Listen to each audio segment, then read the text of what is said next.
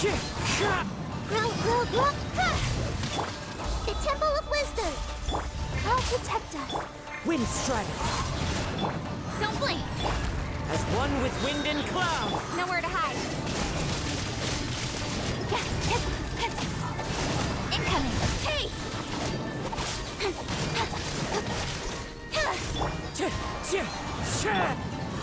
Speed of light.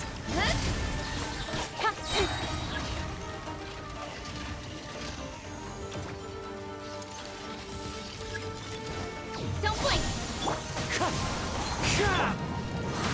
I see everything. Let's dance. Speed of light. To the chase.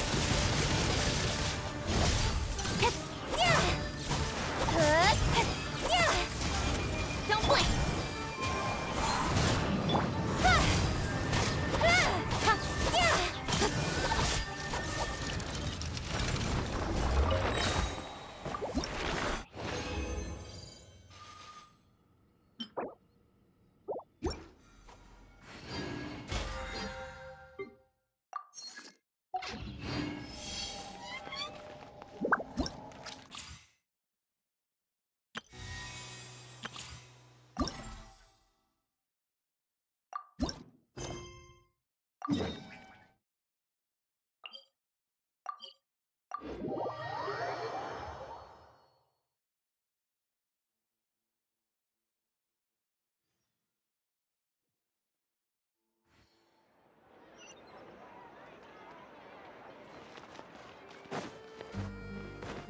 Huh? Do you also see Navia and Clorinde over there? They look like they might have run into some kind of trouble. Let's go check out what's going on!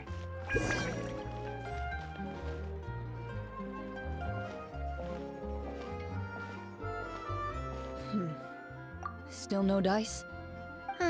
Not at all. And I've asked pretty much everyone in the court of Fontaine already. Lynette's ears drooped as soon as she heard that we'd have to be out and about for days on end. And Fremine, he hid himself under his helmet as soon as he realized there'd be people around that he didn't know. What about Chiori and Charlotte? I feel like both of them would be more than up to it. I've asked them already, but they're both pretty busy right now. I just gave the members of the Spina a few days off, too, so I don't want to bother them either. This is getting pretty difficult. Navia, Clorinde, what's up? Oh my.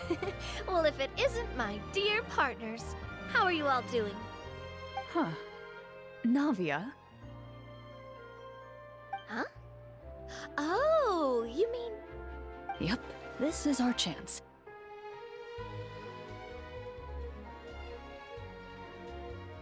Do you need our help with something? Oh, precisely.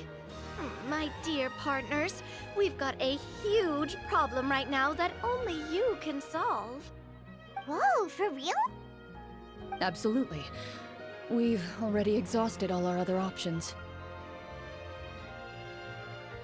Traveler, Paimon, would you join us and play Marechaussee Hunter Judgment Day? Marechaussee what now? It's a new game script by the Tabletop Troupe, a local roleplay adventure club. Ever heard of the Tabletop Troupe? They put out games that allow you to participate in a story and roleplay characters with your friends. Oh, I've loved their stuff ever since I was a kid. That sounds super interesting. Clorinde and I are both veteran members of the club. Recently, someone came up with a new script and was looking for people to help playtest it for them. And when they asked, of course I couldn't refuse. I mean, come on, a brand new script? Nobody has ever played it before. Generally speaking, scripts at that level of development have a lot of issues, but I think this one is pretty solid. The author obviously put a lot of work into the story, and the world building is also quite credible. Whoa. I know I was the one that handed you the script, but some of us haven't read it yet. No spoilers, please. Anyway, the script calls for a team of 4. Ah, yes. We're missing one final player right now. So, you're saying you'll help us out? I knew I could count on you, partner. Paimon and the Traveler are kind of a package deal. Is that okay? That's not a problem. I'll adjust the pace based on the actual number of players and ensure that everyone has a good time. Well, Traveler, what do you think? Wanna play? Paimon will follow your lead. Well, that solves our problem. You have our thanks. Woohoo! I'll go grab the script manager from the club right away. The script manager? Didn't you just say that you gave Clorinde the script? The club introduced a completely new kind of gameplay for the script. In this iteration, the Game Master's version of the script is incomplete. The script manager provides the next part of the script only after players have completed the current list of objectives. On top of that, in order to increase player immersion, the club has created some of the story's sets and scenes in real life. We'll only know where we should go once the script manager reveals the starting location. Wow, you're right. Whoever wrote this script really did put in a lot of work. And it's got a real healthy amount of suspense, right? I mean, even the GM doesn't know how the story will end. I look forward to experiencing it with you all. Why don't you go meet up with the others first? They should all be waiting at Chioria Boutique. I'll come over with the script manager as soon as I find them. Sounds good. Remember to always watch where you're going, and don't rush. You say that like I'm 6 years old or something. Let me think. What kind of character should I play this time? I just hope you'll pick up some useful skills this time. Oh, and stop trying to persuade every animal you come across.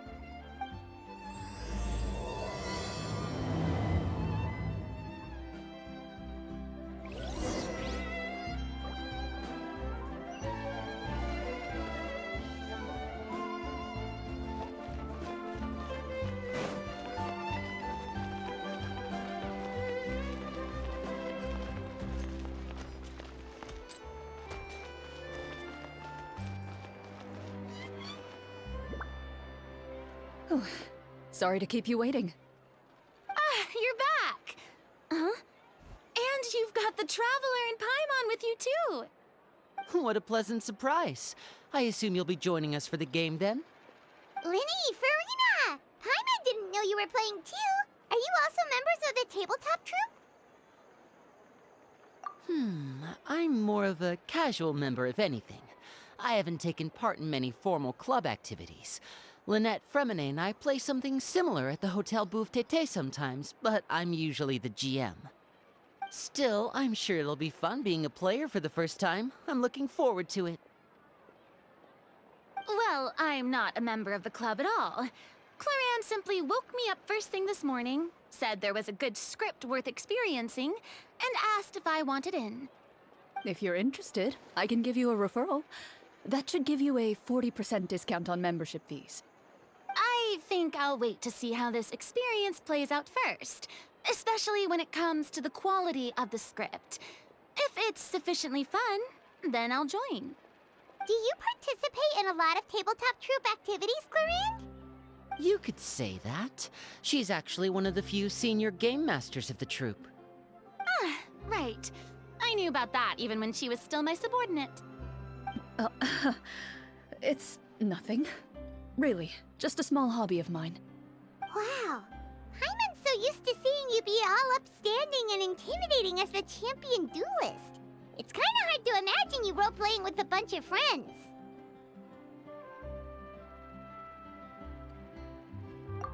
Surely you jest. I would never intentionally make things difficult for my players. I maintain a clear boundary between my professional and personal lives. The me you see at court represents the law and order of Fontaine. I put all personal feelings to the side and grant a fair duel to all who seek to defend their honor. But in my personal life, I'm just an ordinary person. Someone who feels anger and sadness, just like everyone else. Well, you say that, but for all the time I've known you, I don't think I've ever seen you cry. I've seen you get angry, sure, but now I'm wondering whether you were actually mad or if it just looked that way from the outside. I was probably in work mode during those times. Is that so? Well, in any case, I just feel like even in your personal life, you don't get emotional very often. So you want to see me cry? That might be a little difficult. A show of anger, though, that might be something I could accomplish. No, that's not what I meant.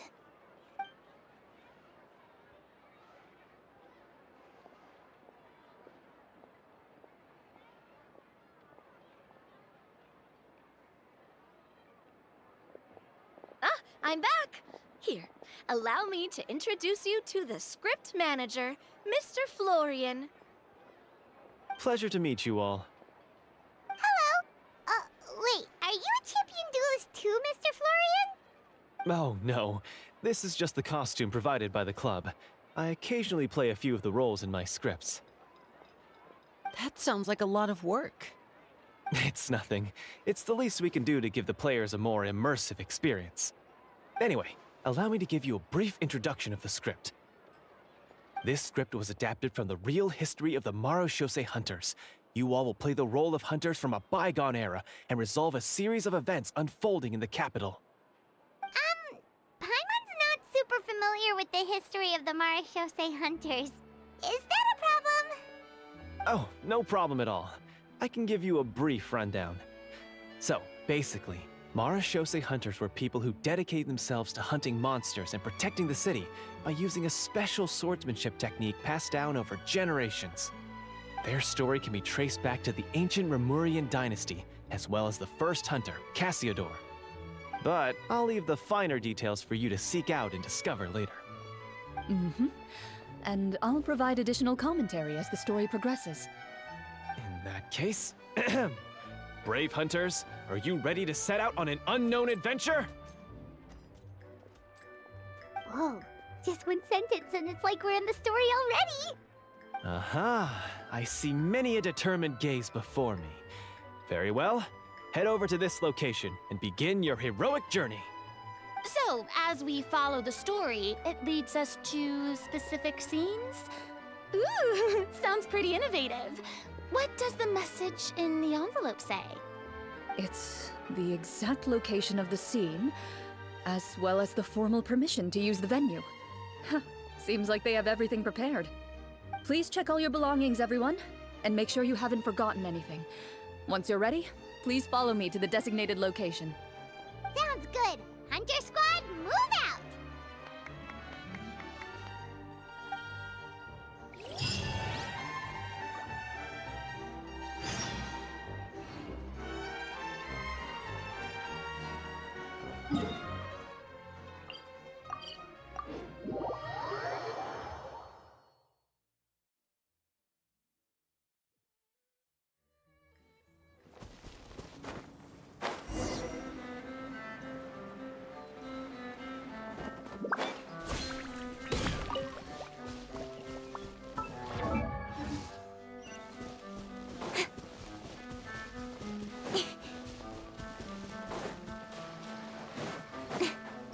Everyone hold hands!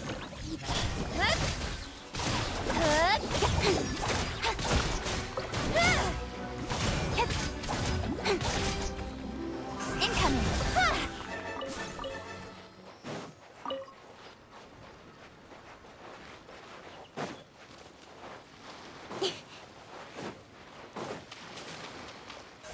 Speed of light! Hey!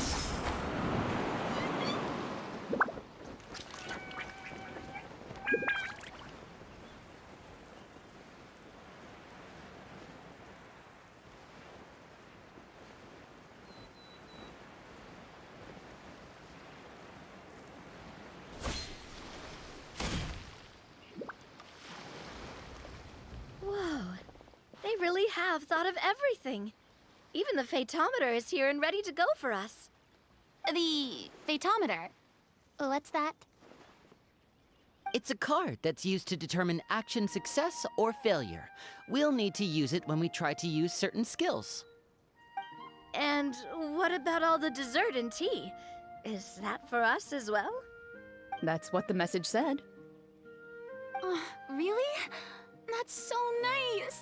It feels just like a tea party with friends. Those snacks have Paimon's name written all over them! I think you might be more of a snack hunter than a Marashose hunter, Paimon. Snack Hunter Paimon reported for duty! If there are delicious snacks to be found, Paimon will track down every last one! The desserts are great, but I'm still looking forward to the story more than anything. Very fair. Then, let us begin. First, please pick up the blank character cards in front of you, and write down your name and profession. You can find an abbreviated version of the rules printed on the back of your character card. If you have any questions, feel free to ask me. In this story, everyone is a Marashose hunter. To reflect this, the club has prepared a small badge for everyone. Ooh, nice! As hunters, you have proficiency in swordsmanship and fighting by default, so there's no need to allocate any additional skill points to those areas. Swordsmanship? So there's a fighting part to all of this? Paimon's not sure she can do all that on her own. Maybe Paimon can just stick with you? Why don't you share a character card then? The Traveler will be the Marashose hunter, and you can be her little floating assistant. Kinda like in real life. So, for the name, do I fill it out with the name of my character? Yep, it can be any name you like. You can use your real name too if you want. I do that whenever I get too lazy to think of a new name. Oh, so it would be like experiencing a different life, but still as yourself. That's not a bad idea. In that case, I think I'll continue to use the name Linny then. Next up is the skill sheet. You have a limited amount of skill points that you can use to learn a number of skills. The more points you invest in a particular skill, the easier it will be to pass associated checks. I'll take persuasion and investigation. Those are must-haves when it comes to missions like these.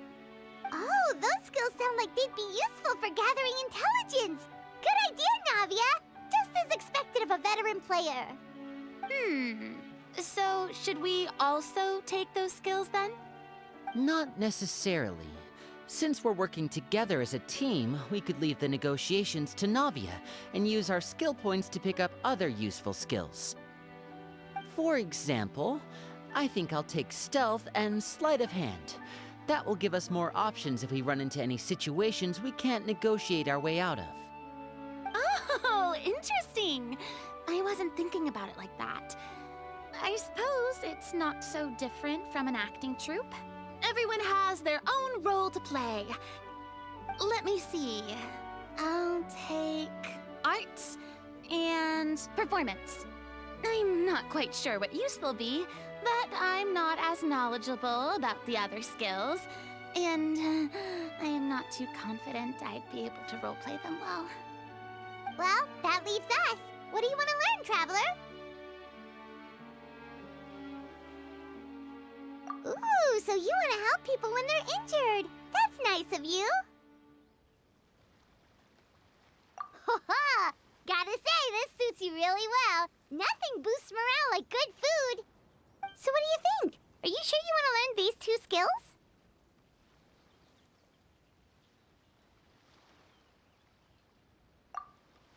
Let's see.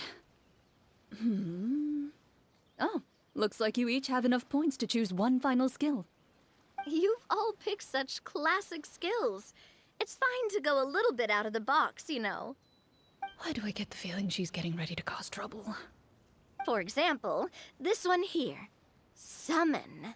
Doesn't it sound super mysterious and cool? Oh, I saw that one just now as well. The description says, this skill can be used under certain circumstances to summon characters or creatures that fit the script's world-building rules. The script's world-building rules, huh? But how are we supposed to know what a Marashose hunter can summon? Oh, that's not for us to worry about, my friend. Just learn the skills that interest you, and the GM will take care of the rest. All right, you've convinced Paimon. Let's learn summon then. Paimon can't wait to see what kind of thing shows up.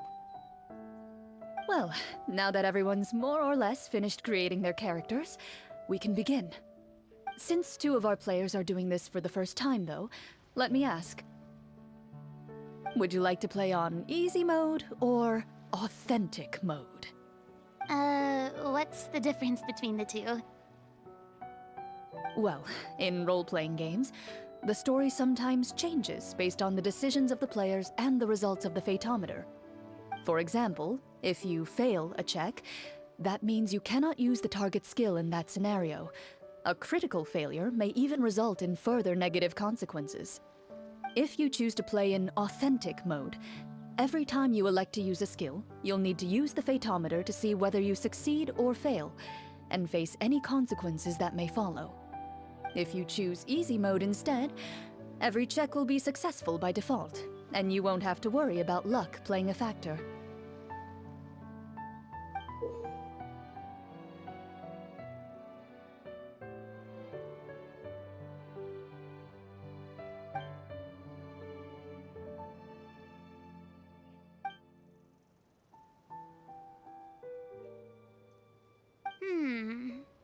Given that I'd like to focus on the story, I suppose I should pick easy mode.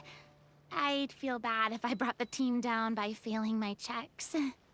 Huh? Oh, come on. Don't worry about that. RNG is the lifeblood of role-playing games. I'm going with authentic mode for sure. Never knowing what you might have to overcome. Ugh, doesn't that sound exciting? I'd rather be mentally prepared for what might happen. All right, then I'll mark down Farina for easy mode. All her checks will be successful by default. As usual, Navia and Linny will play on authentic mode. What about you, dear partner? How would you like to play? Are you sure? Trust me, you'll see the beauty of RNG. Honestly, I don't think Clorinde would make things too difficult for us, no matter what the Fatometer says. Isn't that right, Clorinde? No promises. That wasn't super reassuring. Well, anyway, enough talk. Let's get started. I want to experience at least a good chunk of the story today. Speaking of the story, why is the beginning scene on a beach? Well, that's because... a long time ago, back when human civilization was still in its infancy, powerful demons and evil sorcerers ruled over the land. They created a host of monsters and sent them to slaughter all humans in existence. Soon, a group of human rebels banded together. With their swords raised, they swore to brave the darkness, and in doing so, subdue each and every monster that sought their destruction. They became known as the Marachose Hunters.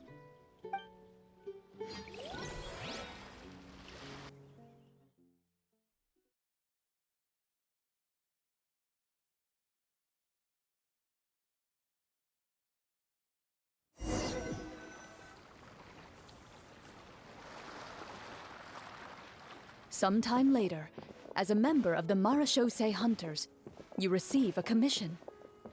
Following the address provided on the message, you take a boat and arrive at this strange city. As you inhale, you can taste the slightly salty air of the docks as you begin to survey your surroundings. There aren't many people in the vicinity, but you do take note of a few others who, like you, seem to be sizing up this place. Your eyes meet, and you realize these people are fellow Marachose hunters, likely led to this location after receiving the same commission as you. You're all Marachose hunters too, right? Allow me to introduce myself. The name's Navia, monster hunter by trade and helpful neighborhood businesswoman on the side. What say you to traveling together? We can help each other out on the road. Okay, count me in. My name is Linny. I've been wandering since I was little and picked up a few less than legal tricks along the way. I was adopted by a Marashose hunter and later chose to follow in his footsteps. Is this where you introduce your character to everyone? It sounds like they've done this dozens of times. My name is Farina, and, I grew up in a noble family. I always had a strong interest in performance and the arts. Even though I'm a Marashose hunter, what I really want is to be a performing artiste. Hey, that's really cool. You can do it, Farina. That's exactly how it's done. Paimon is Paimon, a good friend and companion to this Marashose hunter right here.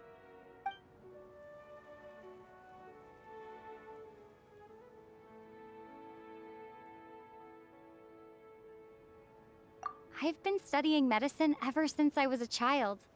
I want to do my part to eradicate these monsters and use what I've learned to heal others. Oh, welcome, welcome. When we face the monsters, I'll make sure to charge in front to give everyone some cover. You can take care of the healing at the back. You open your envelopes at the same time.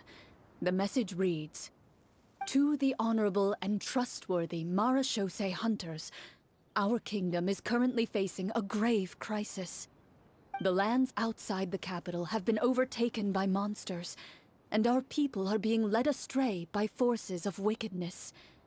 We beseech you, please help us resolve this crisis and return peace and stability to our home." Huh. The layout of this city looks super familiar. It kind of reminds Paimon of Mondstadt! The scriptwriter must have used a real-world city as a reference when coming up with the map. As experienced hunters, the layout of the city reminds you of places once traveled. You recall the sight of tree-lined streets and the gentle tranquility of days gone by. Yet, as you regard the city in front of you, it appears to be little more than an empty shell. Its hollow gates are open to you, beckoning you to come forth and bring salvation back to the town. I carefully read every line of the letter and turn my attention to the signatures at the bottom. Who issued this commission to us? You see a long string of unfamiliar names. It would seem that many of the residents of the city issued this commission together. They sensed that things were not right within the kingdom and sent a distress signal to the outside world. In that case, why don't we take a walk around the city and see if we can learn anything from the local residents? Oh, good idea. We might be able to get some leads on the monsters and bad guys we're after. You look up and see a tavern nearby. It appears to be open for the day. Why don't we go check out that tavern? If the novels I've read are anything to go by, taverns are usually full of information.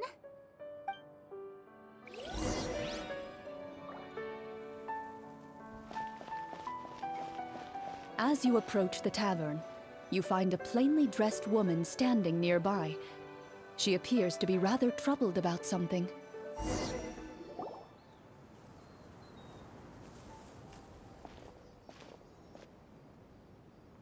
Greetings, friend.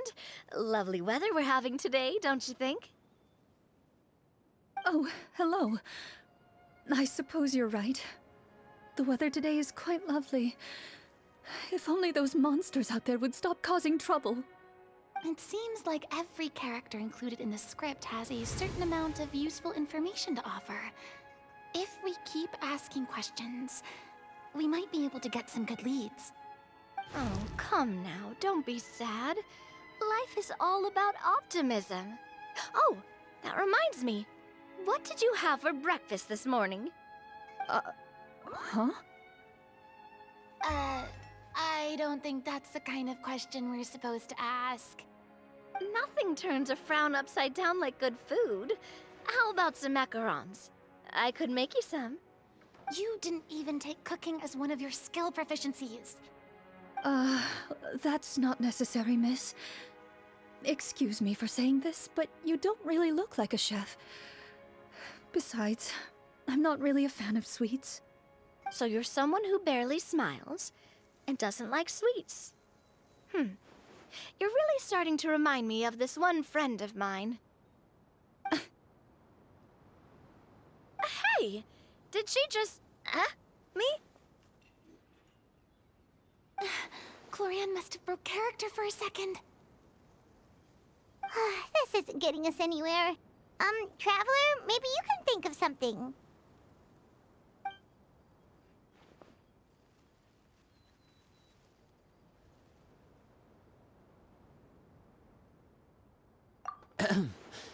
Miss, we'd love to learn more about the monsters you mentioned. If you're willing to open up to us, we might just be able to help resolve the troubles you're facing.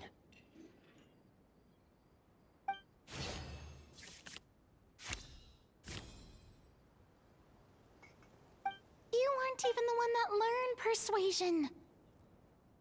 My troubles, you say? I'm not sure they're so easily resolved, but I suppose it wouldn't hurt to share them with you. A horde of monsters suddenly appeared near the capital recently, so all the guards were dispatched to fight them.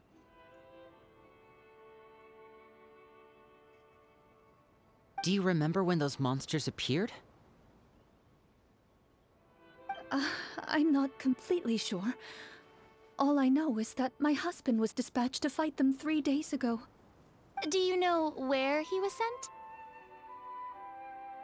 It all happened so fast. When we said our goodbyes, he couldn't even tell me where they were sending him. You have our thanks, friend. We'll find and defeat those monsters as soon as possible. We sincerely hope your husband will be able to return to your side soon. Oh, thank you. Don't worry. We'll find him.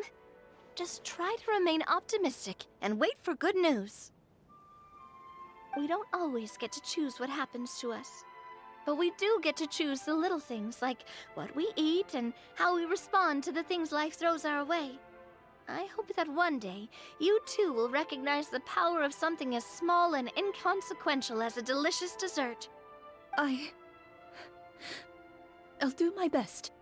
You bid farewell to the woman, and continue your journey further into the city.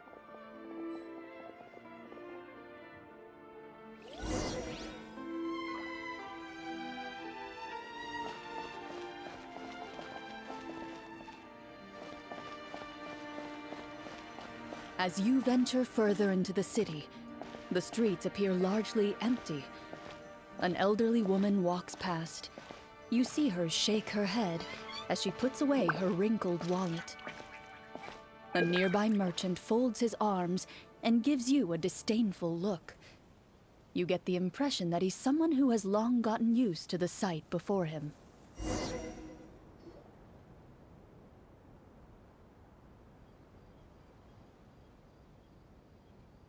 Although he doesn't seem very friendly, merchants are usually a good source of information, right? Pardon me, sir. I'd like to ask a question if I may. That depends. How much are you willing to pay? How about this much? What do you take me for? Some lowly beggar? You can't even buy half an onion with that amount. Surely an onion can't be that expensive, right? What do you know? War is nearly upon us. Everything costs several times what it did before. If you're not gonna buy anything, then scram. Whoa, what a nasty guy. Maybe we shouldn't even bother talking to him. But he still might have information we need. Traveler, can you think of something?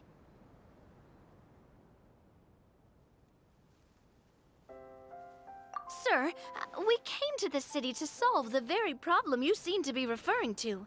The war you mentioned, would it happen to be against the monsters outside the city? If you happen to be well informed and know a thing or two about what's going on, we'd appreciate it if you could share that information with us. After all, the sooner this problem gets resolved, the easier it will be for you to do your business.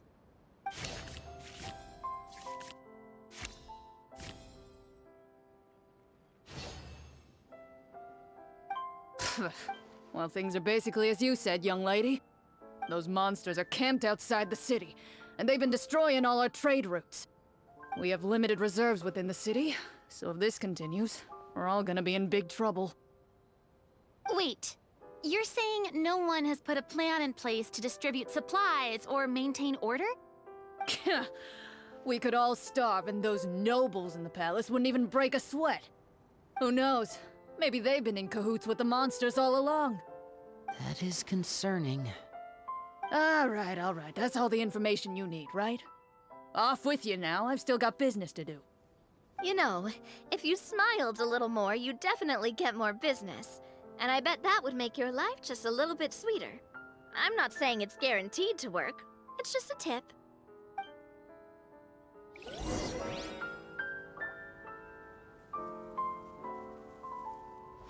Should we try to go somewhere with more people? Oh, how about the city square? Follow me.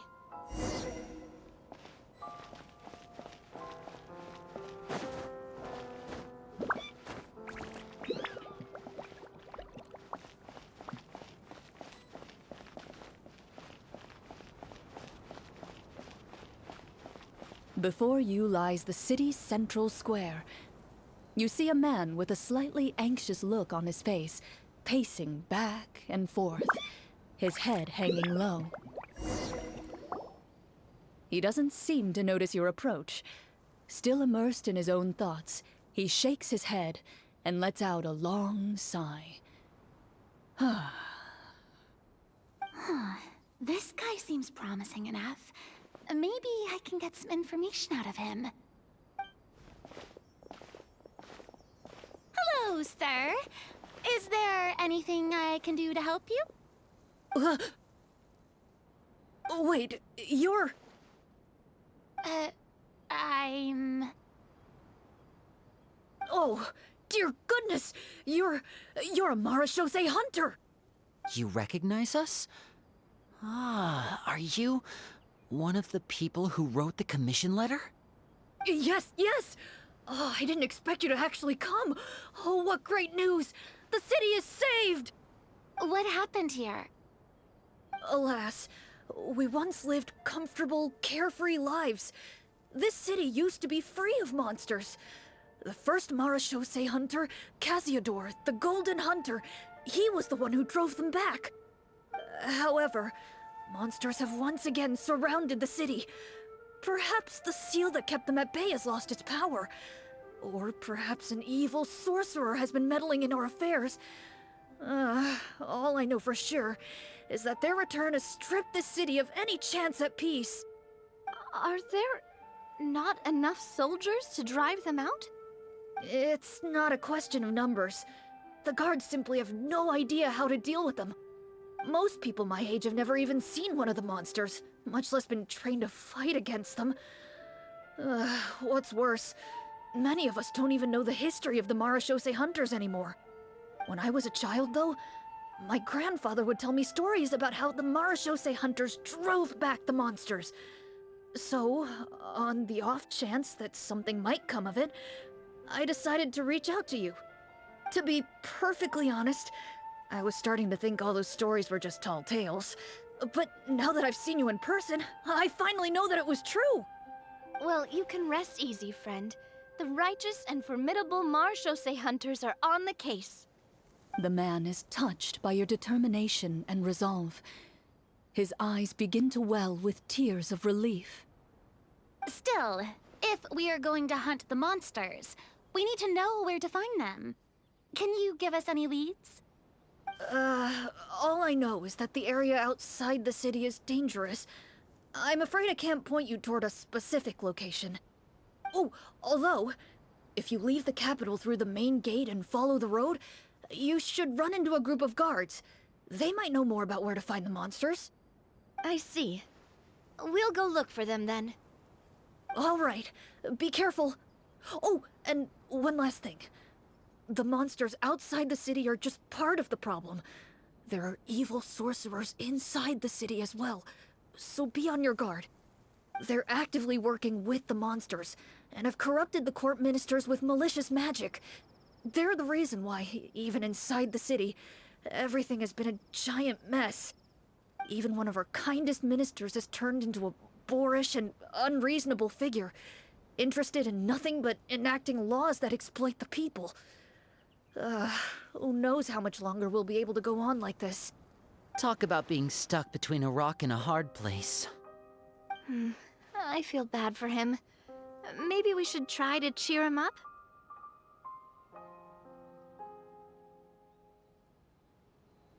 Huh? Like, now? Is this really the right time? I appreciate your kindness, but for now, it's more important to focus on the crisis at hand. Brave hunters, I leave the future of this kingdom to you.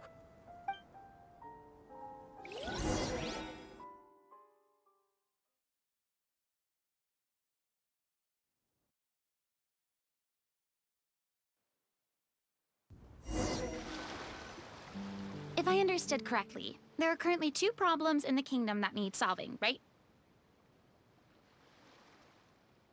Exactly. We need to defeat the monsters outside the city and take down the evil sorcerer stirring up trouble from within.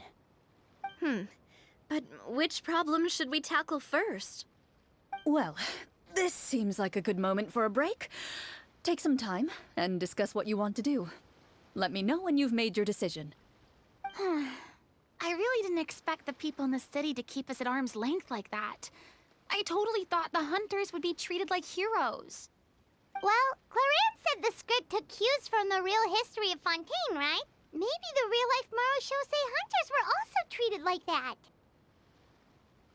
I wouldn't say it's a perfect representation of history, but there are definitely some similarities. Would you like to hear more about it?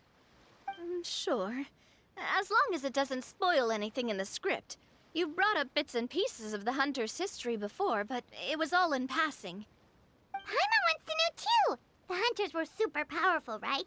Were they all from a special line of supernatural beings or something? Kind of like the yokai in Inazuma? No. All Marachose hunters were ordinary mortal fighters. The only thing that set them apart were the special sword techniques passed down over the centuries. Huh?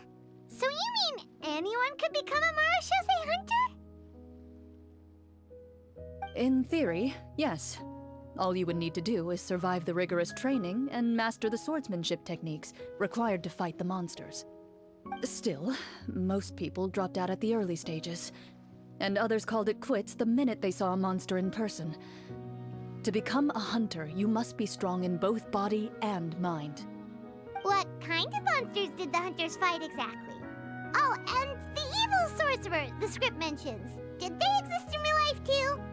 The land of Fontaine once played host to an ancient dynasty known as Remuria. After that dynasty fell, monsters began to appear, intent on obstructing humans from establishing a new social order. One of the ancient sorcerers of Remuria used his power to assemble a formidable army of golems. He sought to use that force to establish himself as king. Now wait a second. Don't tell me that guy was the inspiration for the evil sorcerer in the script. We still haven't found any in-game information on him yet. So, why don't you talk about someone else for now?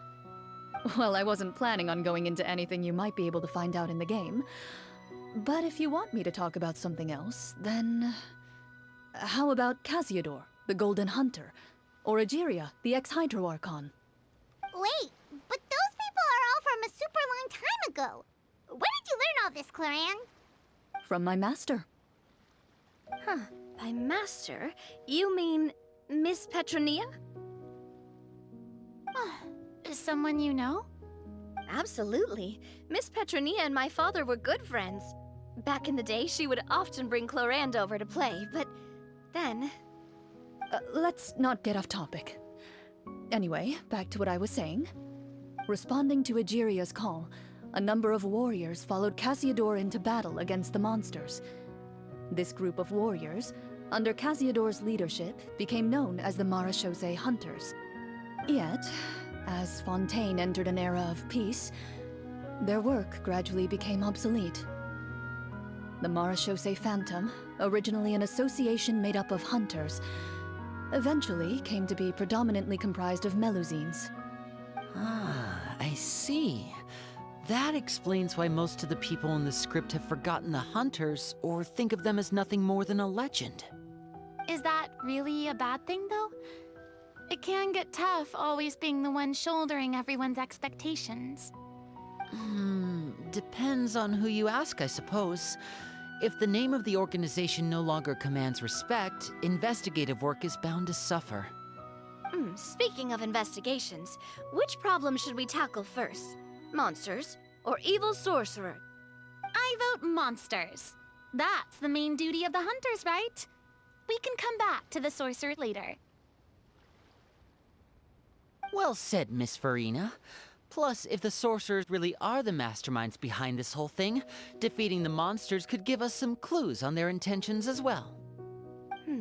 What about you, partner? What do you think? It's decided then. All right. After some discussion, you decide to turn around and head out of the city.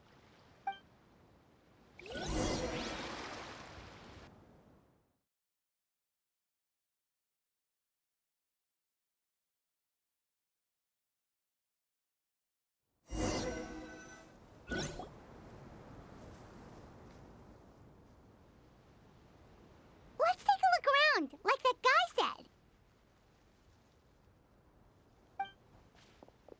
You there! Outsiders, halt! Who's there? An armored man approaches you. He has a tall, muscular build and a determined expression in his eyes. Just one look, and you can tell he's fought in his fair share of battles. Although he's trying his best to conceal his current state, his uneven gait and the sweat dripping down his forehead make it obvious that he's been wounded and is in serious pain. I'm the captain of the guard. I saw you sneaking around the city earlier, so I'll only ask this once. State your purpose, or it's off to the dungeons for the lot of you. Wow, it's been a while since someone's been this suspicious of us. I said talk, not whisper between yourselves. Have you ever heard of the Marchese Hunters? Marachose hunters? Ha! That fairy tale, you mean? What, you expect me to believe you're one of them?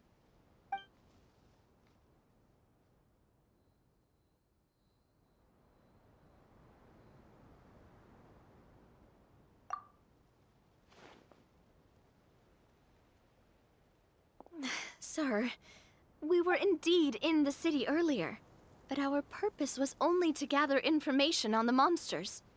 We're here to help the city and all the people within it. Your guards are still fighting the monsters as we speak. They could be seriously wounded and in grave need of support. You need all the help you can get.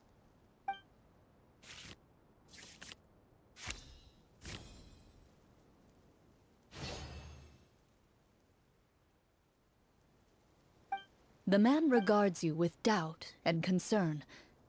After a period of inner struggle, he lets out a long sigh and informs you of the locations where the monsters have appeared. Those monsters aren't easy to deal with, but if you insist on going, I won't stop you either. I just hope all the guards will be able to come back to their families alive. I wish you the best of luck.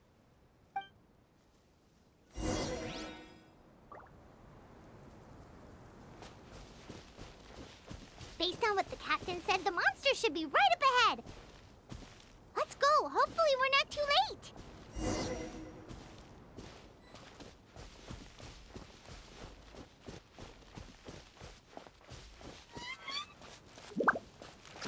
As you approach the battlefield, you see numerous people lying by the side of the road. They appear to be dressed like guards. Their faces are filled with desperation and terror. Some are screaming and cursing in vain, as if still trying to banish the monstrosities they saw from their minds.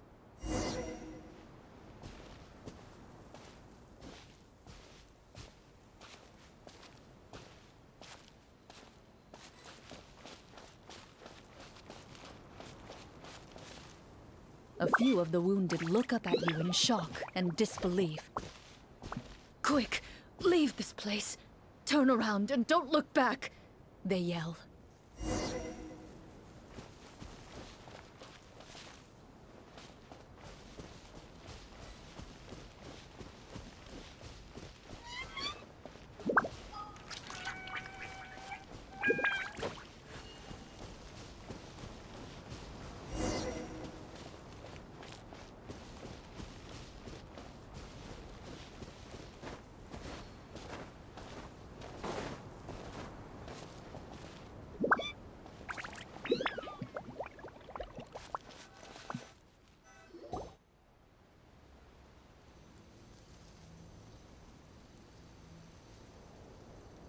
This is the place he mentioned, right? You see broken iron swords scattered all around you, and downed trees riddled with terrifying claw marks. All the signs point to one thing. A truly devastating battle just took place here. Be on your guard, everyone. The monsters might still be around. Before you can finish your sentence, you hear rustling sounds from the surrounding bushes. The monsters have emerged. They close in on you without fear. You get the impression that, in their bloodthirsty eyes, you're just another meal for them to devour. A little help here! This thing wants to eat Paimon! Your battle round begins now.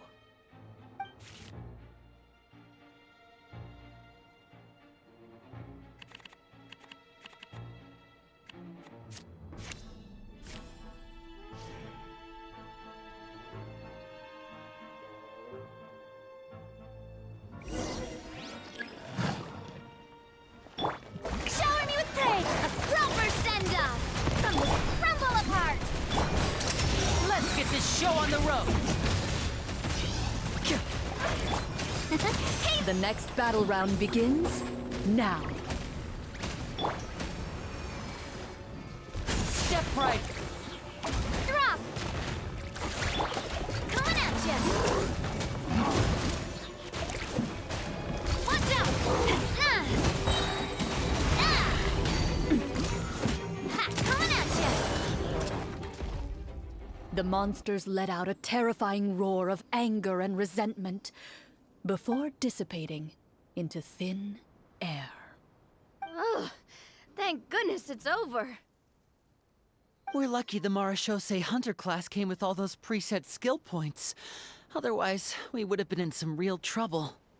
I never knew the photometer even determines the amount of damage you inflict. If you get unlucky, isn't it just game over right then and there? That's part of the fun. The uncertainty of fate is what gives these games their appeal. Just as you begin to celebrate your victory, a suspicious lump on the ground catches your attention. A suspicious lump. Wait, could it be the thing that appears after every battle? I walk up to it, crouch down, and begin to carefully examine it. I've still got my right glove on, so it should be fine for me to touch it, right? As you investigate the mound, you discover that the exposed portion appears to be made of wood. It was previously obscured by the large form of the monsters. With the monsters gone, the small protrusion now awaits your discovery, poking out of the ground like a shy flower bud. Whoa, it's a treasure chest!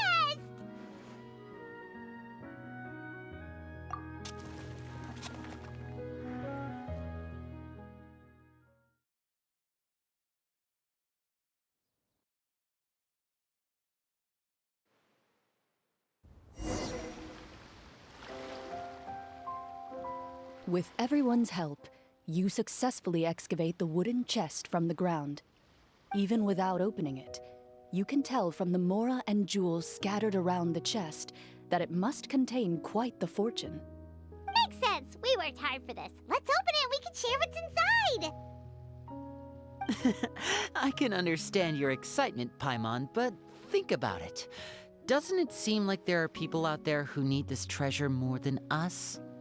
Yeah. Think about all the people suffering in the capital. Or all those guards who got hurt fighting the monsters. Wouldn't it be better if we gave the treasure to them?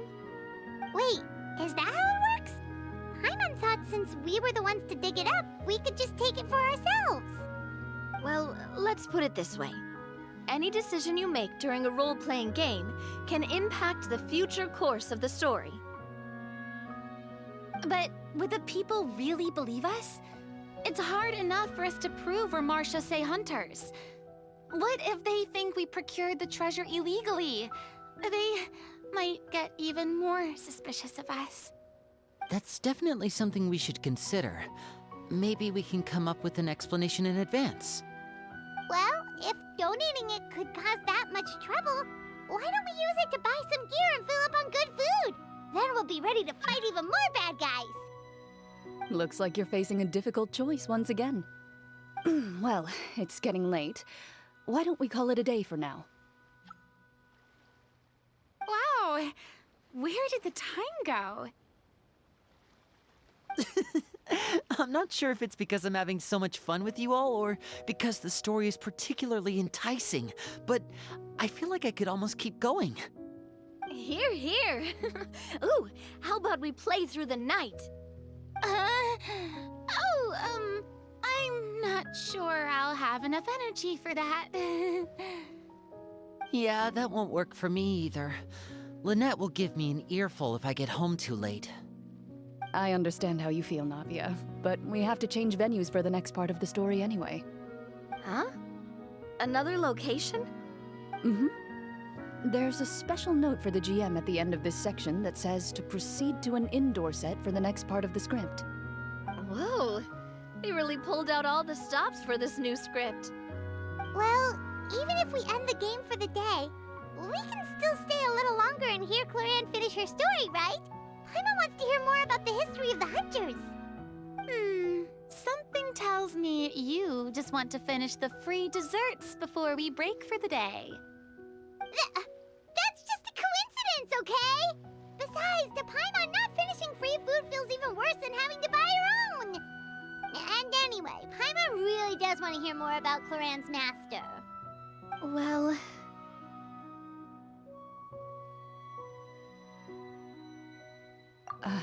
It's nothing. I appreciate the concern, but it's all in the past. It won't do any harm to share these things now.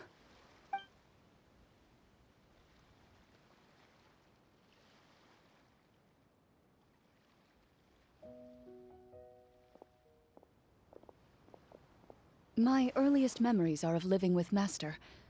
According to her, she saved me from certain people of ill repute. My birth parents had left me behind some time before that. What a heavy beginning for a life story. Master was a fascinating individual, if inexperienced in the ways of raising children. My first ever toy was a short sword. Although I suppose it wasn't so much a toy as something Master removed from her waist and handed to a noisy child in need of distraction. Oh wait, so she handed an actual sword to a child? Isn't that dangerous? Did you hurt yourself? Of course I did. I cut my palm and bled quite a lot. But Master was not concerned. She just stood there and casually lectured me about it. See, that's what you get for not holding the sword properly, she told me. She then crouched down next to me and said, "Give me your hand. I'll teach you to bandage this wound. After that, it's time to learn how to truly hold a blade." Excuse me for asking this, Clorinde, but how old were you exactly when all this happened? Probably around, 3, give or take. 3? Isn't that when most kids are still struggling to hold a fork? As I said, Master was rather inexperienced in the ways of raising children. She believed trial and error was the best way to teach a child what they're capable of. I'm not so sure this is a question of experience. I didn't see anything wrong with her ways at the time. And anyway, children don't get to choose how they're raised. Oh, she did bring me back a pet from Liyue once. It was a Geovishap hatchling. A Geovishap hatchling? For a pet? That seems even more dangerous. What she said was this: make sure to get along, you two. If you really can't agree on something, just settle it with a fight. Whoever loses is the real pet. And how old were you when this happened? 5. Well, did you win? No, I lost. So you're saying you actually became the Geovishop's pet? Yes, but only for a week. By the end of that week, I defeated it in combat, and we've shared a cordial relationship ever since. That really doesn't sound like the kind of childhood someone should have. Later on, I gradually understood that Master most likely didn't know any other way to raise a child. She was a marechaussee hunter, but I never heard her bring up her own parents. Thanks to her, I learned how to navigate the forest by the age of 6, and could hunt monsters in the wild by myself the year after that. Even though the training she subjected me to was strict, she always made sure to take me traveling when she had the time. We met many of her friends during those days. That was also how I met Mr. Callis and his family. I still remember the first time we met. You were too scared to join our picnic and hid behind Ms. Petronia the whole time. I still hadn't really met many children my age at that time, so I didn't know how to interact with others. After that, though, you started coming over a lot. You loved challenging people to shooting competitions, remember? I don't think many members of the Spina ever beat you in one of those. I had a lot of fun during those days. I enjoyed them too. Oh, do you remember that one time we went exploring around the Spina together? We overheard Papa call your master Fontaine's Protector of Justice. We tried to pretend like we never heard anything, but you nearly let it slip that one time.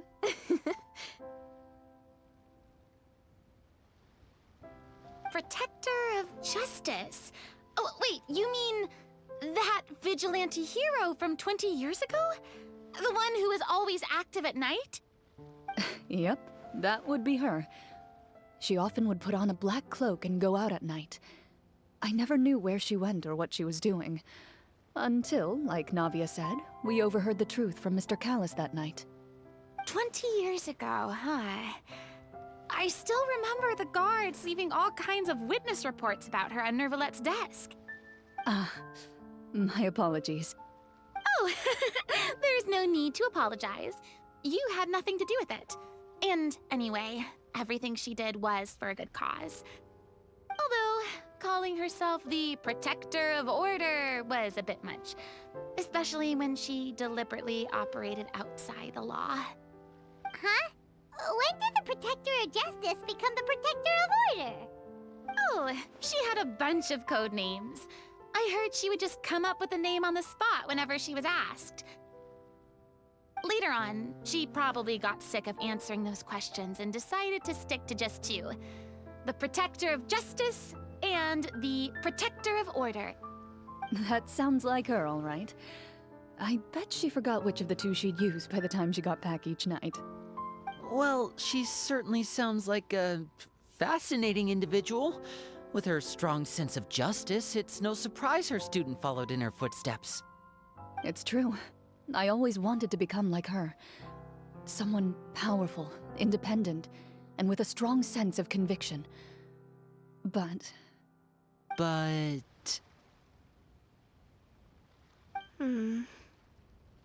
She suddenly disappeared the night I turned 10 years old. Disappeared? What happened? I have no idea. She didn't even leave a note. I was never able to find out where she went. That night, I was celebrating my birthday at Navia's house, but Master never came to pick me up. When I returned home on my own, it was to an empty house. When she still didn't appear after a few days, I went to Mr. Callis's house to ask about her whereabouts, but he only shook his head. Papa probably didn't know either. I know he sent a few people to investigate the matter in secret, but they never found any credible leads. Don't worry, I understand. To be perfectly honest, given Master's personality and way of doing things, it all made a lot of sense. If I had to guess, I'd say she probably used it as an opportunity to force me to become independent. Just like how, when a litter of kittens reaches a certain age, the mother willingly leaves them behind. Were you upset, Clorinde?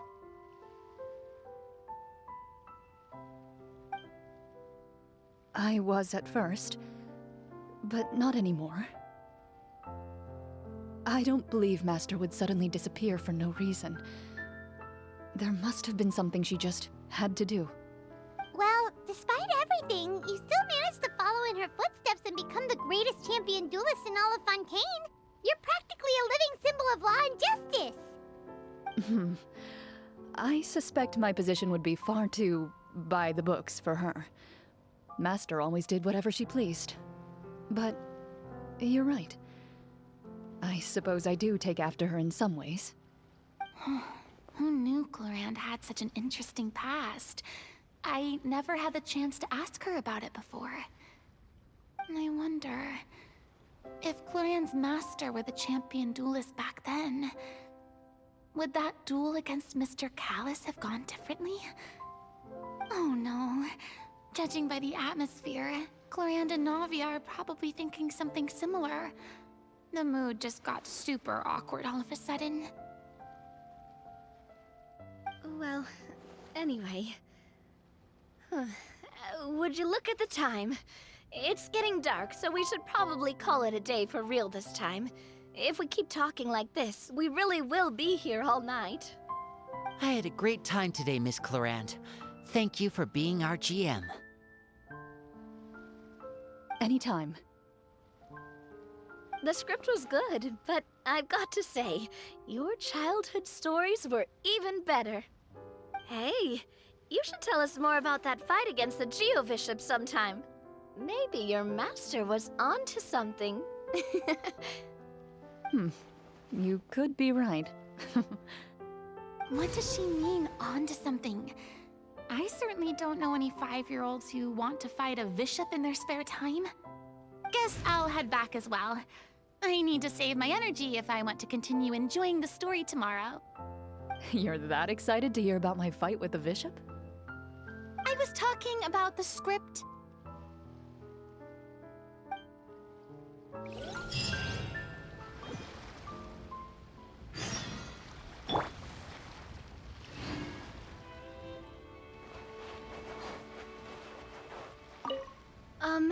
Just between the two of us, could you tell me what it was like to be the Geovishop's pet? It was nothing special, really. Geovishops don't understand the concept of a pet. So basically, it just headbutted me whenever I entered its territory. And that hurt? Yeah, it hurt.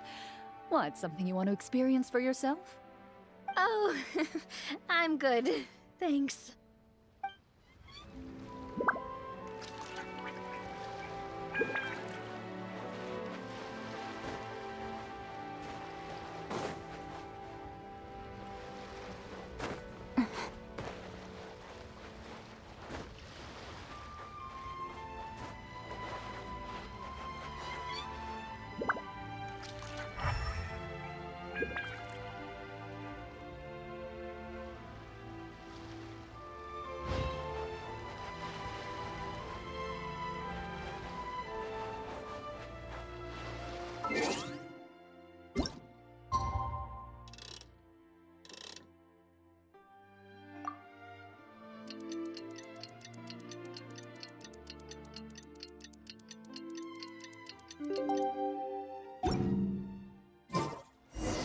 Let's go meet up with the group! Paimon's really looking forward to today's story.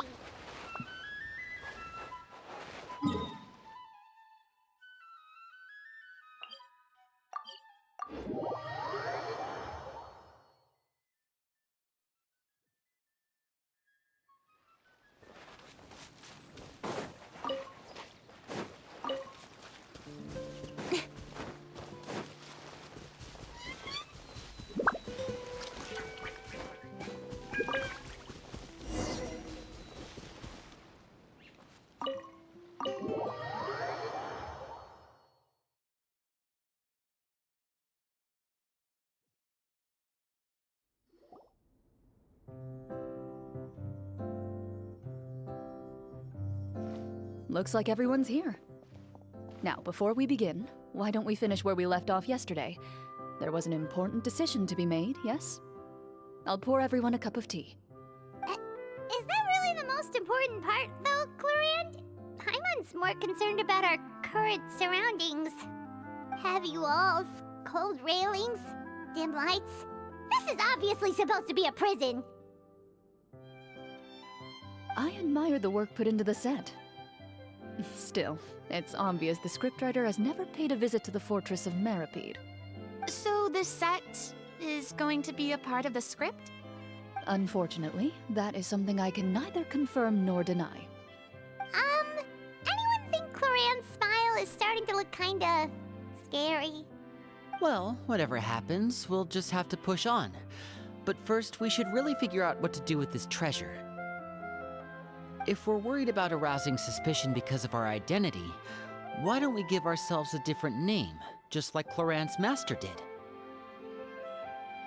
Yeah, it might be better to keep a low profile. As long as we're helping people, it doesn't matter who we are or what we're called. Staring at me won't get you anywhere. Or did you want some more tea? Oh, Paimon's good. Thanks. Why aren't you saying anything, Navia? Wait, what's that next to you? Oh, this is the short sword Clorinde mentioned last night. I found it. Huh. I'm surprised you managed to track it down after all this time. Well, I made sure to take good care of it, considering the circumstances in which you gave it to me. Of course I had to keep it safe. Anyway, where were we? Oh, right. I was just thinking about all the potential ways for us to break out of prison.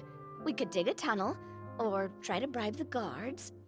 Wait, we haven't been thrown into prison yet, have we? Well, it's only a matter of time. It pays to be prepared. Just like how you should always have an umbrella on hand, even when it's sunny. All right, Paimon's made up her mind. Let's just give the treasure away. Paimon may have wanted to keep it, but if it's going to land us in prison somehow, Paimon will be too upset to enjoy her snacks.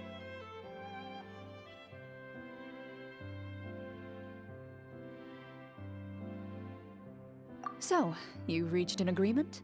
All right then, we can continue with the story.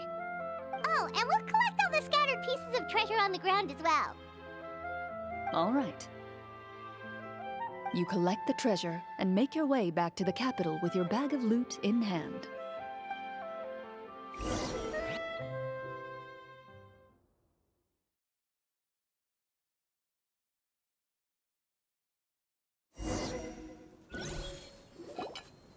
The city is still shrouded in a gloomy, oppressive atmosphere, but your spirits are surprisingly high.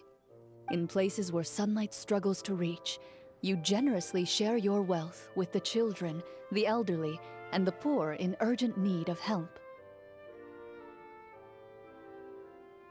Thank you, kind soul. The elderly woman's look of gratitude follows you as you walk away, her eyes never leaving your back until you move entirely out of sight. However, there's still quite a bit of Mora remaining. It appears you haven't made much progress. She's probably trying to tell us to speed this up. We need to hurry up so we can address the sorcerer problem. Should we go find that man again at the square? He seemed like a pretty responsible guy. I'm sure he knows the people here far better than us. Oh, good idea! Just as you start to make way to the square, intent on finding the man again, there's a voice.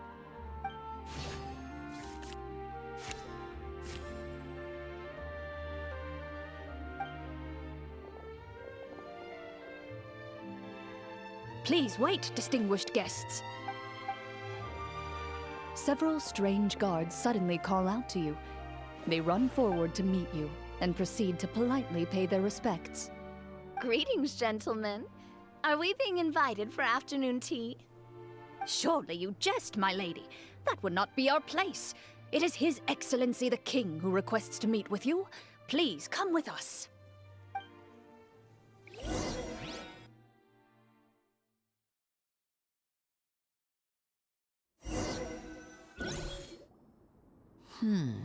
Do you think this could be a trap? Well, we have to investigate the court at some point, right? Meeting the king himself would be a fantastic opportunity to do that. I say we go for it. If something happens, we'll just turn the whole place upside down. That sounds a little intense. After a quick discussion, you nod to the guards and agree to follow. They lead you all the way to the audience hall of the palace. Gilded tables line both sides of the hall. The space itself is adorned with all manner of expensive antiques, glass shelves, and silver candlesticks. The items appear quite ordinary in size and dimension, yet their presence somehow makes the emptiness of the hall feel even more surreal and ominous. Wow, it's so luxurious! The elderly king, clad in a magnificent robe, sits upon the deep crimson throne before you. He wears above his head a majestic crown, with a gemstone the size of a bird's egg set right at the very front. As you observe it, you see a complex pattern of light reflect off its surface. Ahem. They're here, Your Majesty. A man dressed in dark clothes, likely a minister, shields his mouth with his hands and bends down to whisper a few words to the king. After a moment, he lowers his hands and stands back up. His gaze shifts to fixate on your group, but he does not move from his place at the king's side. The king does not appear entirely aware of his surroundings. The man by his side, though. We should keep a close eye on him. The king remains still and says nothing. The minister is the one who speaks.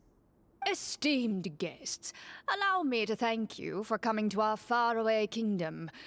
Unfortunately, His Majesty the King finds himself quite exhausted from work. So please allow me, his Prime Minister, to welcome you in his stead.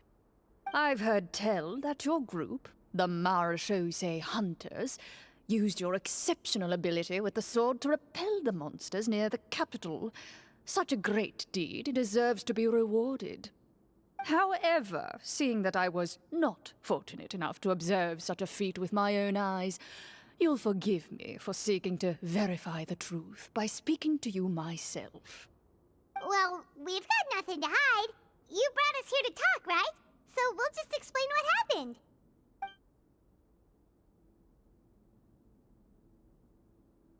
The golem's blades were so powerful, they could cut down trees in a single swipe. It took a lot of effort to defeat them, even for trained swordsmen like us. Well, that was enough details, right? Believe us now? Your account does indeed match those of the survivors. Since you were the ones who defeated the monsters, that must mean you are also in possession of the treasure they stole?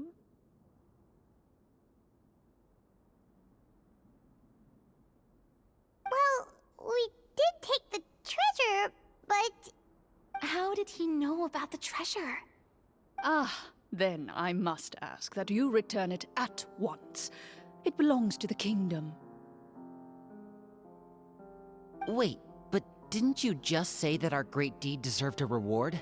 Shouldn't the treasure be considered a part of that? Yes, that was indeed what I said. But you seem to have forgotten a very important distinction. Only that which is freely given by the king can be considered a reward. Taking the rightful wealth of a kingdom without said permission, on the other hand, is a crime. But that's completely unreasonable. Yeah, that makes no sense! If it weren't for us, the treasure would still be buried underground somewhere! Maybe so, yet the fact remains. You tried to dispose of the treasure without reporting it to the court and without receiving permission, yes? What, no answer? Surely you're not insinuating that you, a group of legendary Marechaussee hunters, sought to take the treasure for yourselves? Well, what about the king? Is he just gonna let this guy talk for him the whole time? Clad in his magnificent robe, the king remains seated, with his hands resting on either side of the throne. His posture is rigid and unmoving. He stares forward with an empty look in his eyes, completely unmoved by the events before him. From the look of things, could the Prime Minister be the evil sorcerer? Or could both the King and the Prime Minister have fallen under the evil sorcerer's control? I would like to observe the number of guards stationed in the hall. The guards in the palace appear fully armed, their expressions solemn. Sensing the tense atmosphere in the room, they stand at the ready, each with a hand placed upon the hilt of their sword, as if prepared to draw their weapons and surround you at a moment's notice. Well, there goes my plan to turn the whole place upside down, I guess. It appears we've been visited by nothing more than a group of ill-intentioned imposters. What a pity. Guards, take them away and throw them in the dungeons. Before I decide your fate, however, I must first determine whether you have any accomplices outside the court. Can't we try to slip away? Or maybe start some kind of riot? But if we try to fight the guards right now... Don't worry. At least we figured out who's behind all this. Let's just play it by ear. If you're scared, Paimon, just hold my hand. Aw, thanks, you guys. You allow yourself to be led away by guards surrounding you on both sides.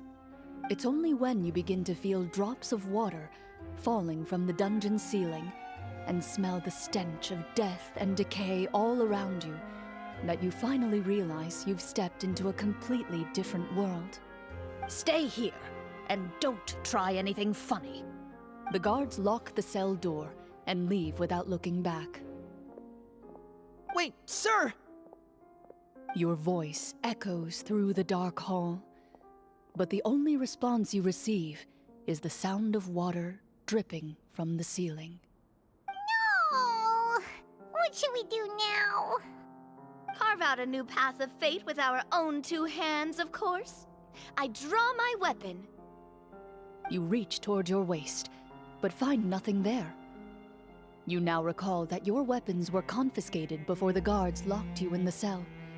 The bag of treasure along with them. What about that knife I hid in my boot? When did you hide it in there? When I was thinking about digging a tunnel. Rejected. You failed to inform the GM of this course of action. Moreover, the guards would have conducted a thorough search before throwing you in prison. And the keys to the cell aren't anywhere to be seen? Correct. You don't even feel a lock hole on the cell door. Oh, well, there goes all our plans. Indeed. Huh? Why are you the one saying indeed? Because that statement holds true for me as well. This is where the script ends. What? But that's a terrible ending! Generally speaking, this should be the point where the scriptwriter gives the players some kind of hint, or gives the GM some kind of code for how to move forward. I mean, maybe they just really wanted us to be immersed in the feeling of being in prison? Like, they'll only show us the way out once we've grown truly and utterly desperate? That is a possibility. If only there were desserts and tea in real prison. Oh, wait, guess that's kind of how the Fortress of Meripede works if you're lucky. Oh, before I forget, Navia, the short sword you had with you earlier. I took a closer look, and the craftsmanship doesn't appear to resemble anything from this era. If I remember correctly, that style was last in vogue several hundred years ago. Wait, Clorinde said that sword used to belong to her master, right? Does that mean her master has been alive that long? I doubt it. The way she went about things often made her seem childish more than anything. I'd say the sword was most likely an heirloom passed down over time. Hang on.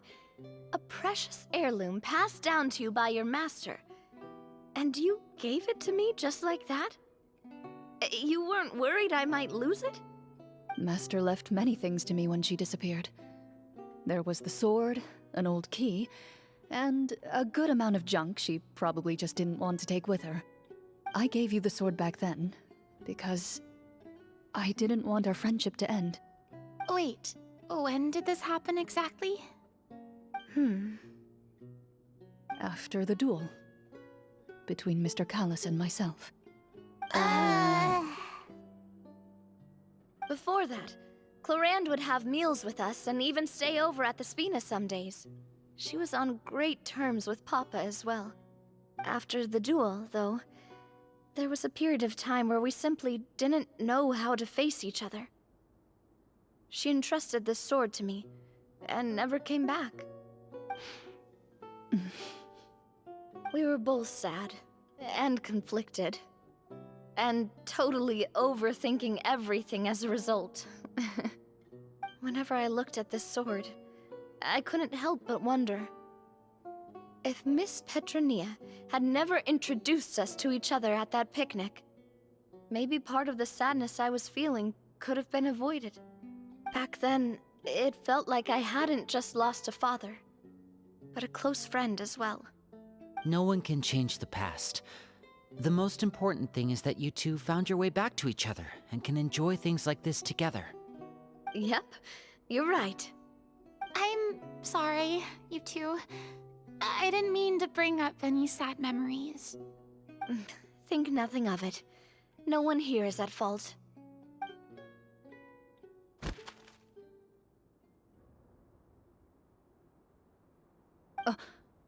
Huh?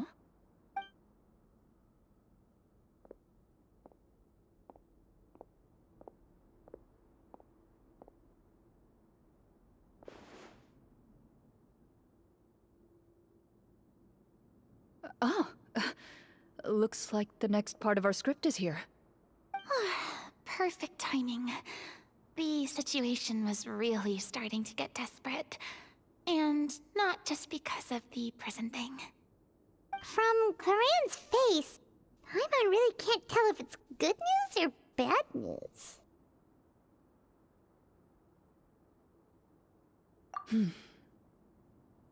Water continues to drip from the ceiling. In this lightless dungeon, you lack a reliable way to tell how much time has passed. Eventually, you get used to the unpleasant odor of straw, mold, and rust, and find yourselves alternating between fits of drowsiness and despair. Suddenly, you hear footsteps outside the door. Heads up, everyone. Someone's coming. Gather close, everyone, and keep your voice down.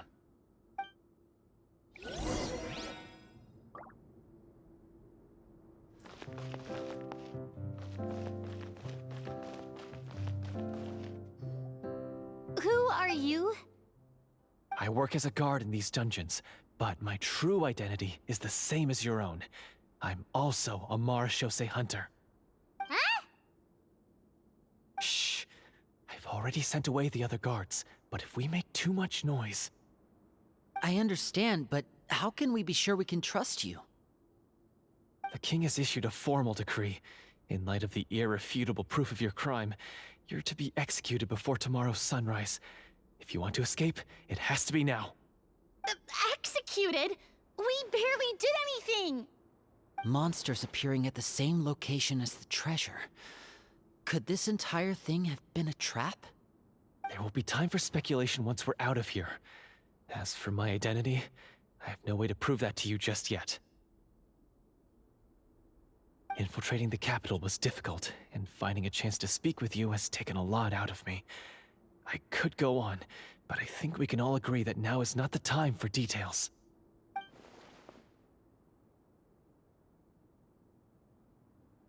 Have you seen our weapons anywhere, sir? Don't worry, I brought them with me. They're just behind the door. Still, these weapons alone won't be enough to defeat the true enemy behind the scenes. His faction is too powerful. The guards are all under his control, and he's even stationed a number of golems in various rooms throughout the palace. To defeat him, you must find a secret vault. It is said that within that vault, the Marechaussee hunters of the past left behind a treasure with the power to defeat the sorcerer. You're not coming with us? No, I'll remain in the dungeons to deal with the guards. I'll try my best to distract them so they don't go after you. As long as my identity is not revealed, I'll be able to aid you when the final battle comes. In that case, please stay safe. Thank you for your concern. I will do my utmost. As for the location of the vault, here, this map should lead you there.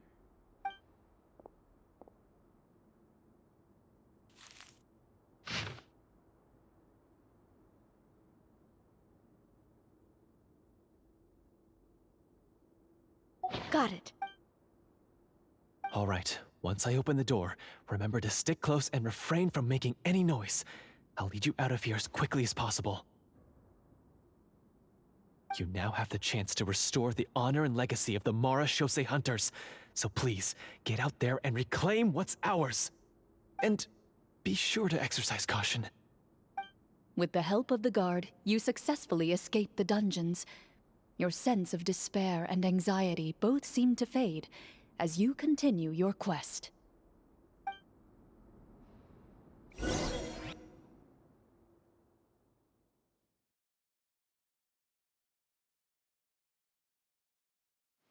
Wait, we didn't get to use our skills at all while we were in prison. Who knows when we're gonna get the chance to use that cool summon spell? That is a pity, but we can only continue to move forward.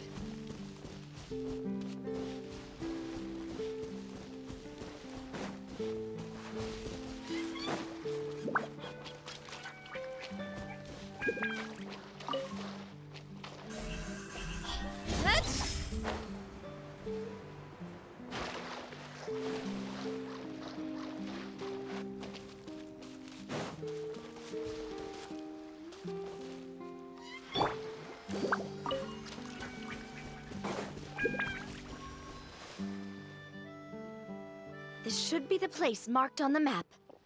This bit of rock certainly looks suspicious. Well, I'd say an investigation's in order then. Plus, if all else fails, we can just blow it up. Wow, you really meant that! Before you lies a serene stretch of open water, its surface shimmering a brilliant shade of sapphire blue. Well, guess this means it's time for a swim!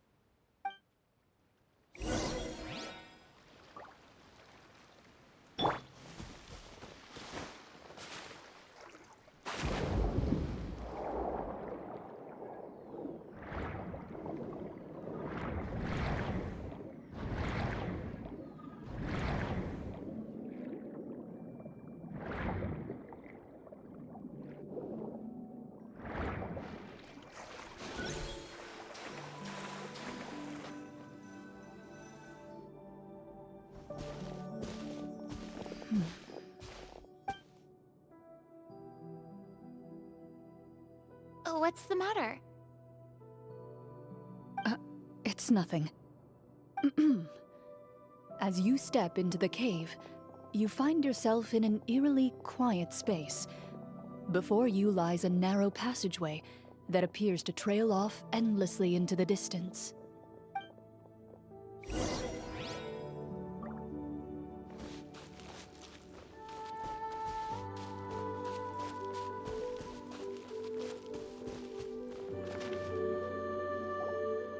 Wow, this must be where the treasure is hidden! But this door is blocking our way in. It almost looks like it's been here for quite some time. I've got to hand it to the tabletop troupe. They really went all out with the props. Huh. What have we got down here? A kind of mechanism connected to the door?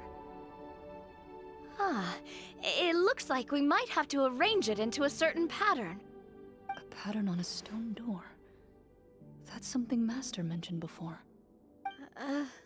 Is something wrong, Clorinde? After a long, difficult journey, you finally arrive at the location indicated by your map. It appears to be an ancient site of some sort, where treasure likely awaits.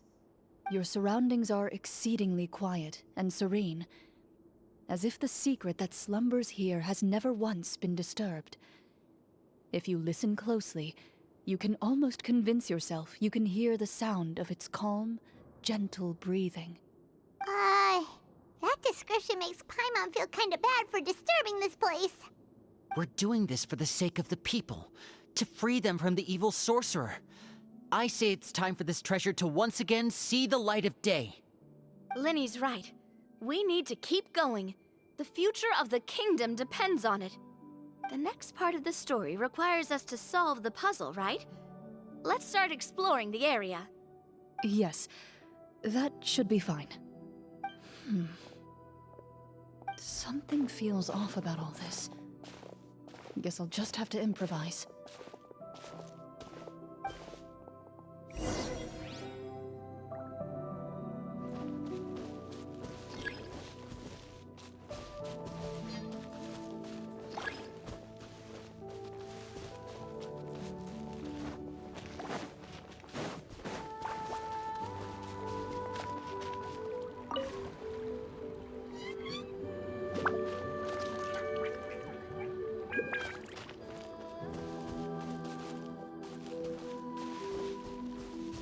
I found something! Found something here, too.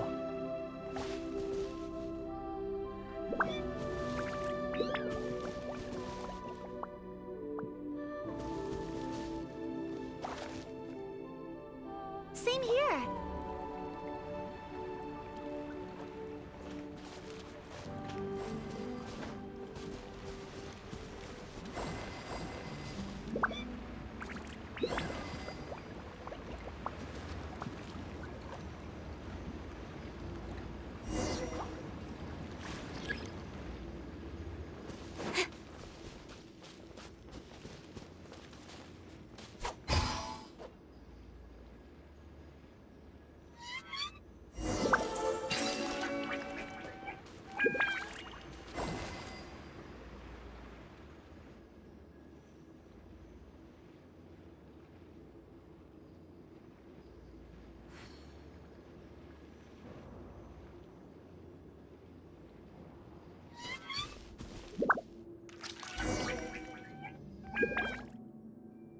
It worked! Something just appeared. Some kind of new mechanism, maybe? By solving the puzzles, you prove yourselves worthy of inheriting the secrets of the past. At the end of each puzzle, you're rewarded with With? a key. Oh, it must be the key to the big door. Huh? This is one of the Marechaussee Hunter keys that are passed down from generation to generation. It looks just like the one Master passed down to me. It is said that 4 keys in total are required to form the final, complete key. And it seems like we just collected 3 of them. That must mean... Huh? What's wrong? You hear a few strange noises. Suddenly, all the torches in the ruin go out at once. Huh? What's going on? Did we fall into another trap? For the sake of immersion, please close your eyes, everyone. Without the torches, the space is now completely dark, and you cannot see anything.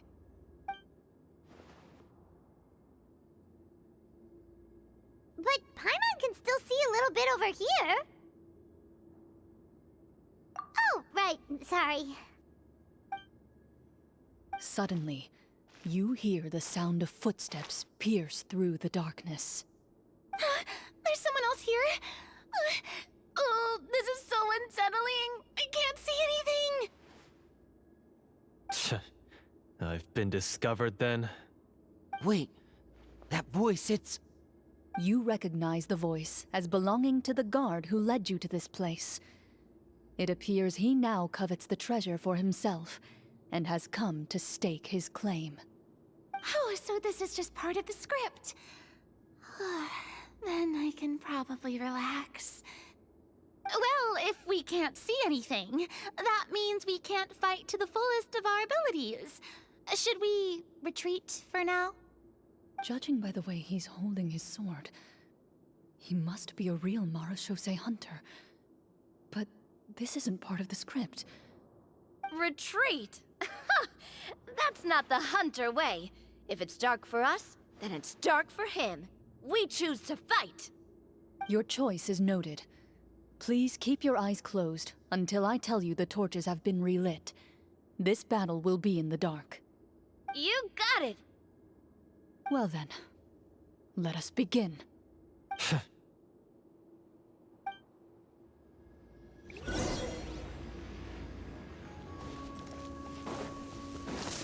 Ready. Ugh, I'd like to try to hit him with my sword. Your strike is successful. Ha! You're facing a veteran Marashose hunter. You don't stand a chance. Is he still standing? Goodness, he sure has a lot of HP. Is it over? Can we open our eyes now? The enemy is strong and relentless, but the battle is nearing its end. The torches have not been relit. What about now? Final strike. Ha!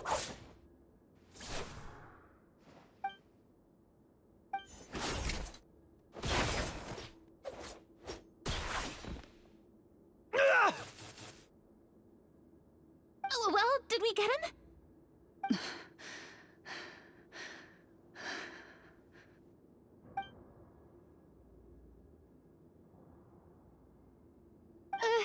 Clorinde? Warm fire flickers across the walls once more. Your vision is now clear. In an impressive display of courage, the four of you successfully defeat the uninvited guest. That look in his eyes. It's like he became an entirely different person as soon as I defeated him. Huh? Mr. Florian? Oh, wait. We're supposed to be role-playing. I should stay in character. Speak your name, guard.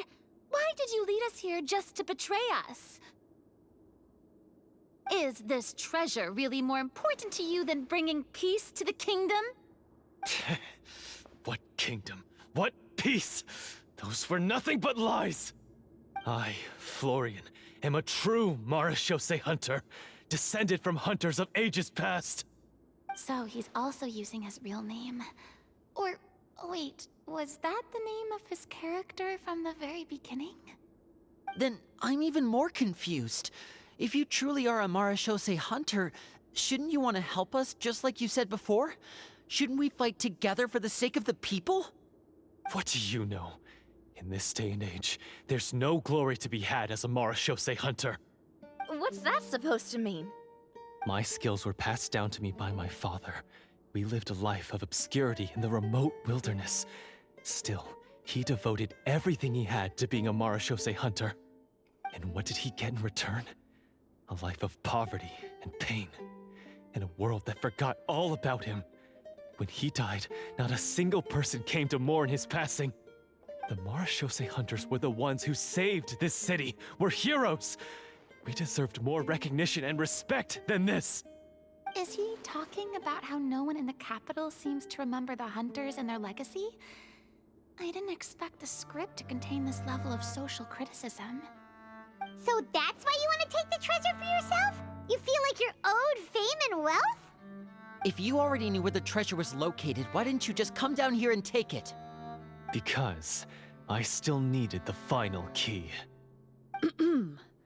Only a true Marashose hunter is capable of passing through this final door. As someone who sought to hurt others for his own gain, Florian lost that right long ago. Okay, but what is this treasure anyway? We've got all the keys, right? So can we just go in and take a look? You're sure you want to go in? We've been talking about it for so long. Of course we want to see what's inside. And we've already defeated Florian, right? So he won't try to take it from us anymore. Pesky brats. Watch yourself. Then let's open the door together. All right. Your choice of action is confirmed.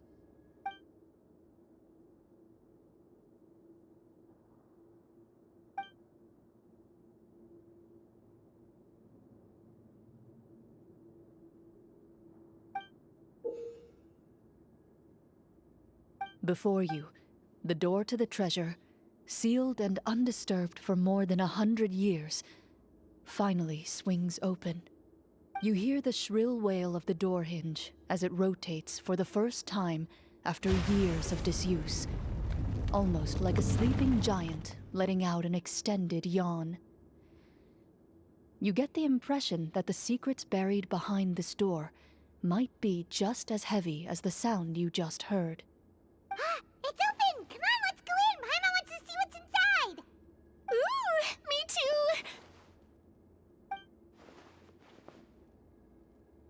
Ugh, uncovering hidden treasure is the most exciting part of adventuring. What do we have here? Uh-huh. A stone tablet? And some shabby weapons? You call this a treasure vault? Looks more like an abandoned warehouse! Maybe the troupe ran out of budget at the end? They provided a super immersive experience at the beginning only to drop the ball at the most important part? They could have at least filled this place with cardboard Mora or something! Wait, I get it now. Paimon, this is the real Marachose Hunter treasure. Huh? This is it? The Marachose Hunter treasure is just a stone slab and some broken swords? I can't believe it. I refuse to believe it!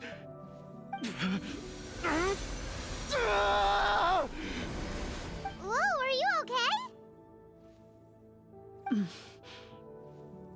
The Marachose Hunter before you appears to suffer a serious mental breakdown. He needs to leave the room for a moment to collect himself. One of you seems to understand the significance of the treasure already.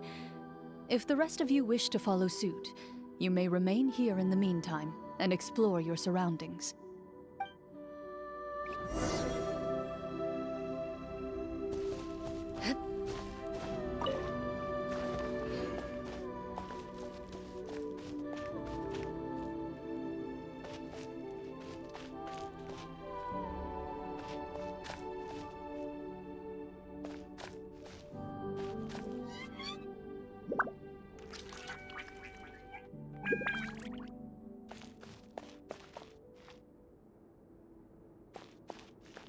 What is the treasure supposed to be?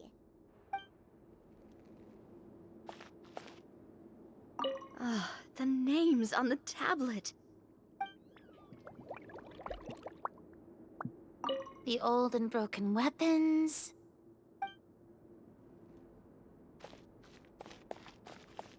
Walter.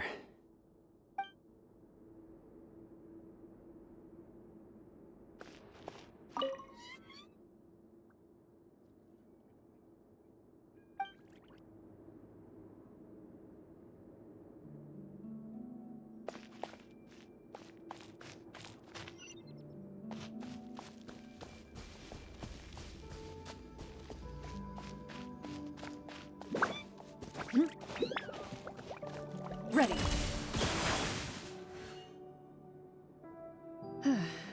So, how are you doing? Feeling any better? What just happened? Do you remember how you got here? Or what happened to your body just now? I remember now. I brought you here because I wanted to...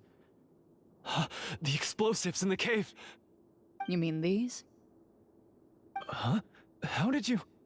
I could tell something was off the moment I stepped into this cave, so I kept an eye out. I've already dismantled the whole thing. So the strongest champion duelist in all of Fontaine saved the day once again. Guess I shouldn't be surprised. It would seem your skills as a Marachose hunter are as sharp as ever. I deserve some answers, don't you think? Tell me why you wanted to lure me here. Everything you said earlier sounded like the truth. Luckily, your monologue was dramatic enough to convince my friends you were just role-playing. I don't know. I just always felt like there was something in my heart that didn't belong to me. Something agitated and angry. Who knows? Maybe it was my own anger all along. I could never really tell. The feelings about my father and the other Marshose hunters are real.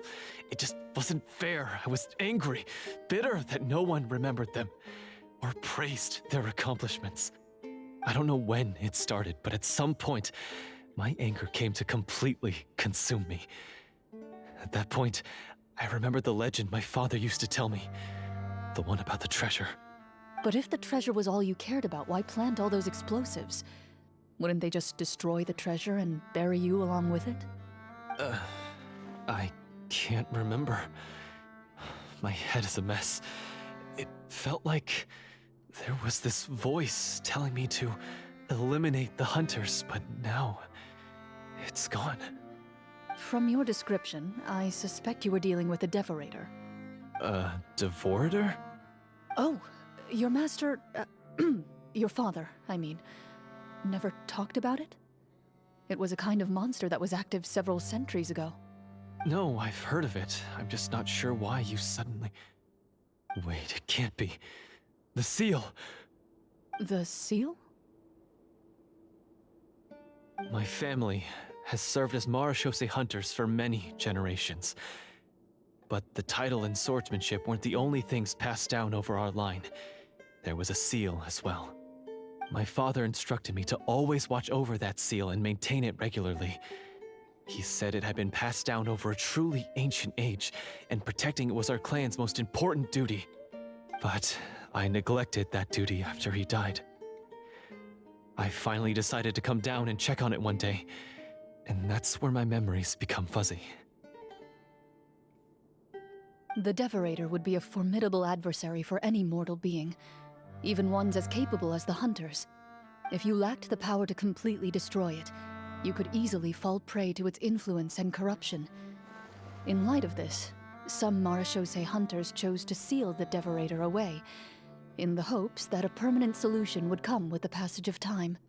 I heard it has the power to amplify the obsessions and desires in people's hearts, to the point where they overtake you entirely. It would seem I'm not just lacking in skill with a blade, but in mental fortitude as well. And yet, you were able to retrieve 3 of the 4 keys. If I remember correctly, each was entrusted to a respected and capable hunter. How did you manage it? One of them belonged to my father. The second I stole from a different hunter. And the third... was one that I snatched while the person was on the way home from the tavern. I nearly died in that alley. I know just how strong you are. It's as clear as day to everyone in Fontaine. I observed you from dusk to dawn, but could never find any opportunity to sneak up on you. I never even saw you drink a single glass of liquor. The only way I could think to obtain that last key was to lure you here using your hobby, and then... Oh, I get it now. That monster, it wanted to bury you here alongside the treasure. I won't comment on anything else, but the script was good. Well, I did pour my heart and soul into it.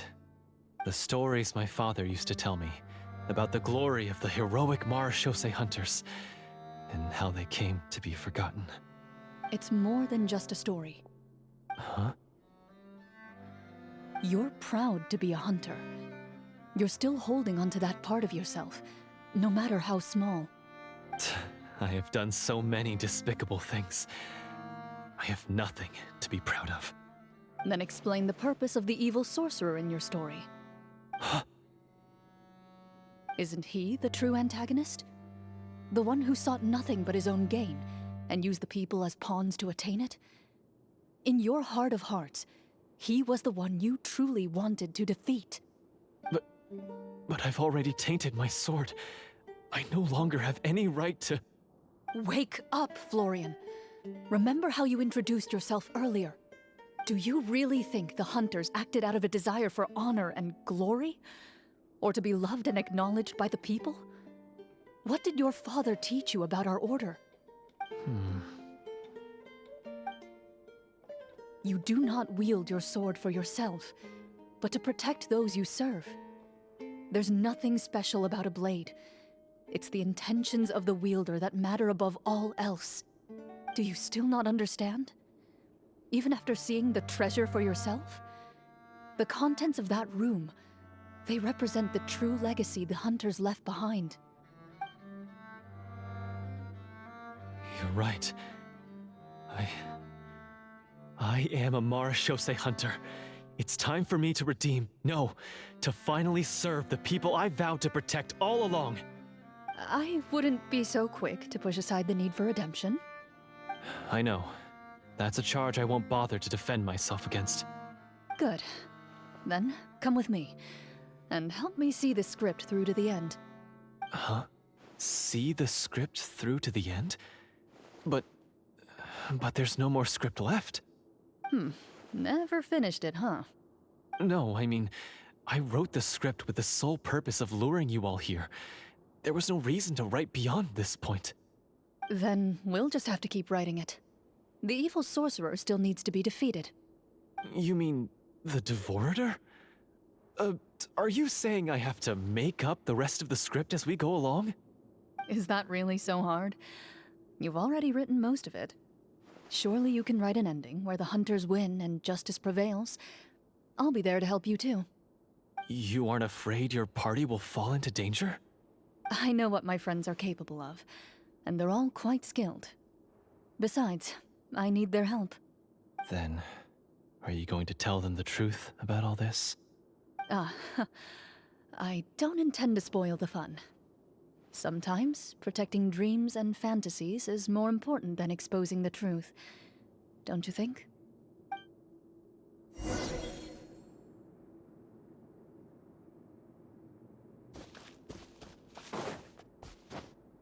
Loaded.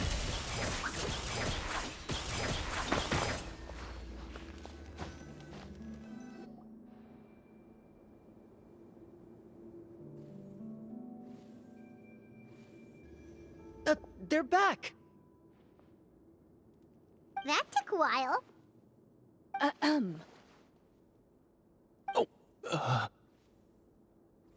Ahem! My fellow Marashose hunters, please forgive me, for I have sinned. Tone it down. Sorry.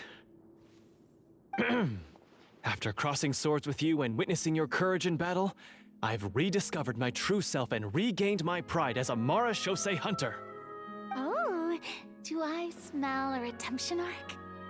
I confess, I was brainwashed by the evil sorcerer. He asked me to lure you here so he could bury you in this cave. That little...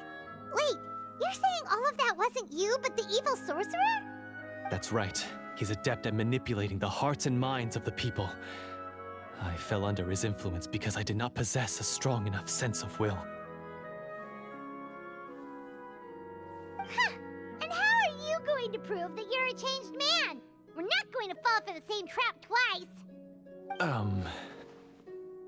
To be perfectly honest, I only came to my senses after seeing the treasure. It reminded me of my father's past teachings. The treasure was actually... The names of all the Marashose hunters from ages past and their weapons? Wait, you already know? Of course. Don't underestimate a veteran role-player's exploration skills. Oh, wait, I mean Marashose hunter Navia's exploration skills. We just finished reading through the content of the stone tablet. That tablet recorded the lives of some fascinating people. For example, this Marashose hunter called Est. She inherited the responsibilities of the Golden Hunter and passed judgment on many people. But in private, she had a very easygoing personality.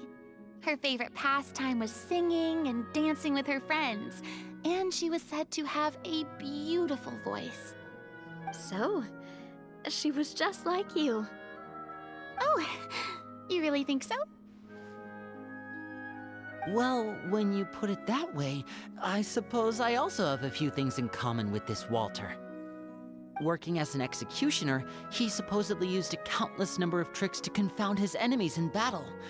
Oh, if only I could have seen the feats of magic he pulled off back then. Their lives were all so exciting. You could write so many cool books about their accomplishments. How could they have all been forgotten?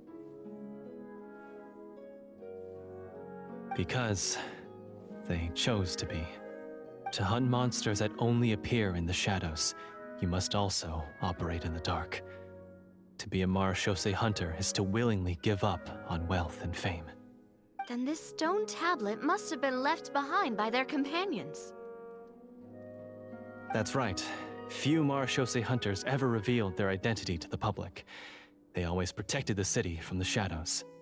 The only time they spoke of their accomplishments would be at night, when they gathered with their fellow hunters in front of the bonfire to share stories of the monsters slain by their hand. So, this tablet was created not so that the hunters would be remembered by the people, but so that they would be remembered by each other. No wonder this place was so well hidden. You regard the stone tablet in solemn silence. The names of your comrades etched onto its surface serve as a reminder that you are never truly alone. The tablet proves that, although a hunter walks a shrouded path, it is not a solitary one. There will always be those who walk beside you, a fact that remains as true today as in ages long past. Their legacies shall continue to be passed down from generation to generation, as everlasting as the stone onto which their names are carved. Father, you once told me that I should seek out the treasure if I ever became lost. So this is what you wanted me to find.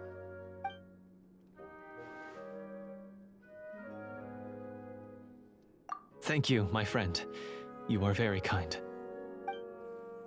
I implore you, everyone, please give me a chance to make up for all I've done. Allow me to fight alongside you and defeat the evil sorcerer that threatens the peace and prosperity of everyone in this kingdom. Well, I say we let you join. Sounds good to me too. Everyone makes mistakes. What matters is what you do to make up for them. I have no objections, but Mr. Florian, do you even know how to defeat the evil sorcerer? When he took over my mind, I gained some insight into his thoughts. Every time I thought of the treasure, he reacted with a strong sense of fear. Huh? He's afraid of the treasure? But there's nothing here except some broken weapons and the stone tablet. What if the secret's hidden inside these weapons? GM, permission to investigate.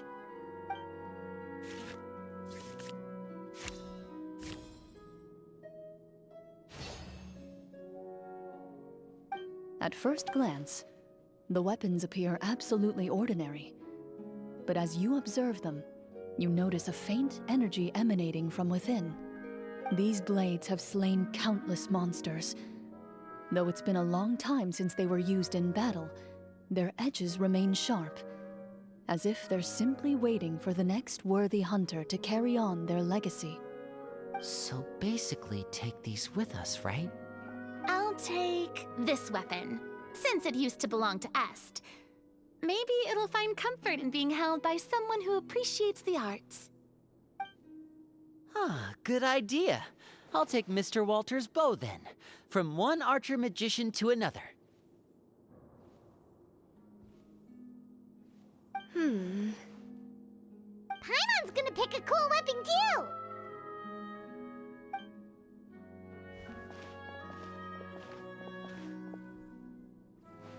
As you grip your weapons, you can almost feel the will of past hunters coursing through your being. It's a feeling of courage, determination, a silent vow passed down from generation to generation that says, eradicate the monsters, no matter the cost.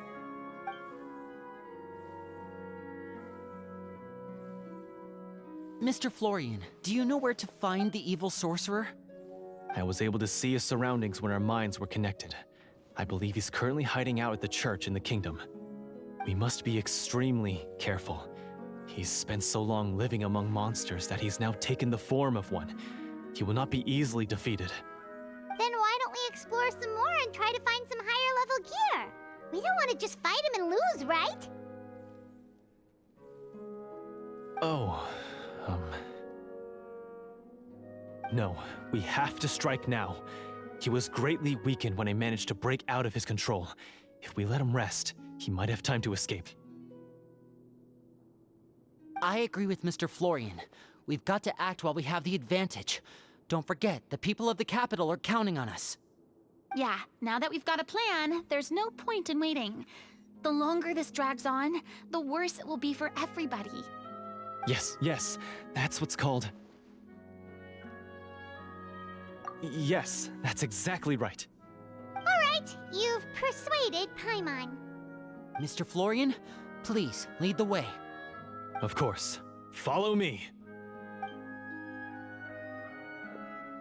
He had to set up so many scenes today, and now he has to join in for this last part. I really don't envy his job. Finally, you decide to slay the evil sorcerer and bring peace back to the kingdom once and for all.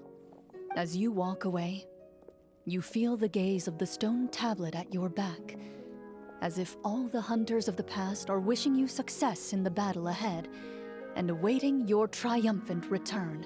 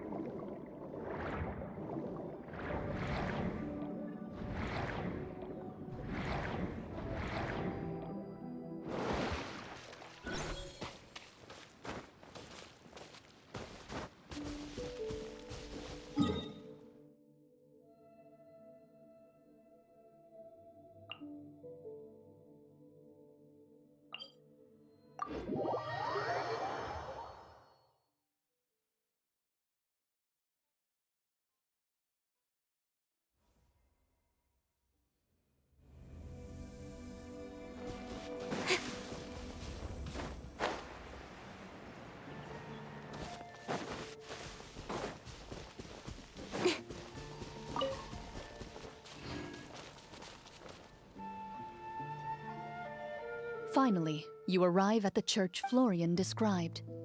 As you approach, an ominous aura surrounds you. You get the sense that your enemy is close at hand. How strange. This uneasy feeling seems so real. How did they manage that? Now, it is time for the final battle. Let's go!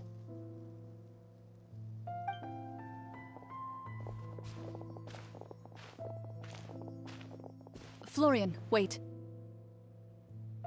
What's wrong? I think you should wait outside. You've already been corrupted by the Devorator once. It could easily re-enter your mind and take control of your body. I don't think it's a good idea for you to be this close. If it corrupts you again, it's possible you might take on a new form entirely. That's exactly why I have to go. Why I should be at the very front. You mean... Yes. I intend to lure it into my body. That's too risky. If things get out of hand, I might have to kill you. Do you understand how dangerous this is? I understand, but if I do this, you'll have a clear and visible target. The Devorator will have a hard time passing up a chance to enter a body it knows how to control. You won't have to worry about any of your friends being taken over. You're not like me, Miss Clorinde. You're a just and powerful Marechaussee hunter. The monster broke free due to my error. It's only right that I shoulder the responsibility for its destruction. This is... something that I have to do. Consider it a duel to restore my honor. My only request is that you give it your all.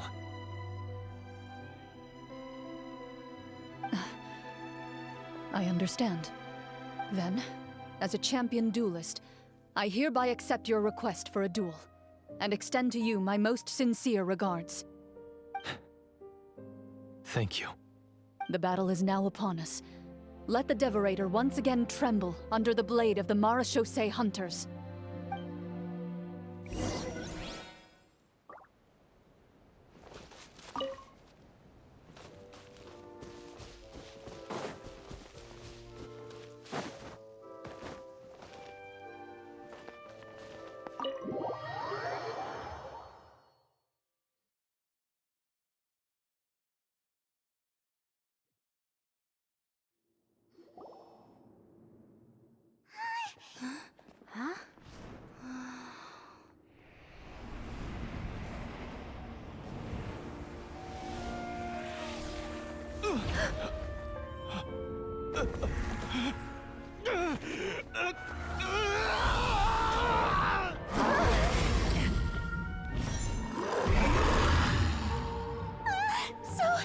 So lifelike.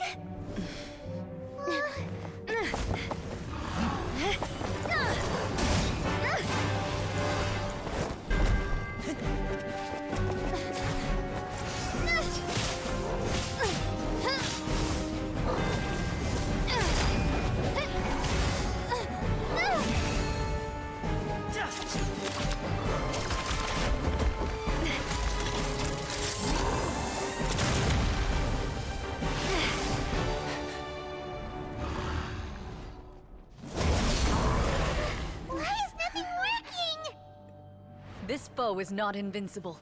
You hold the treasure. The power to defeat it in your own 2 hands. The treasure? You mean... The names! It's the Marechaussee Hunters' names! How are we supposed to... You forget, Paimon? There's still one skill we saved until the very end. Hunters fight not for fame, but to aid the people whenever they are summoned. Walter the Marechaussee Hunter, master of 1,000 tricks, executioner of the Phantom Hunters, I call for aid! Est, the Marechaussee Hunter, inheritor of Cassiodor's will, judge of the Shadow Hunters. Answer my call!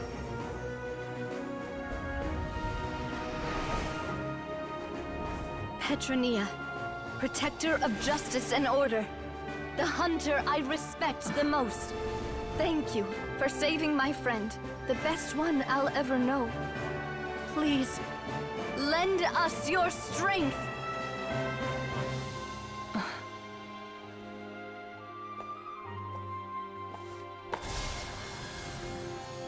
We have come to answer your summons.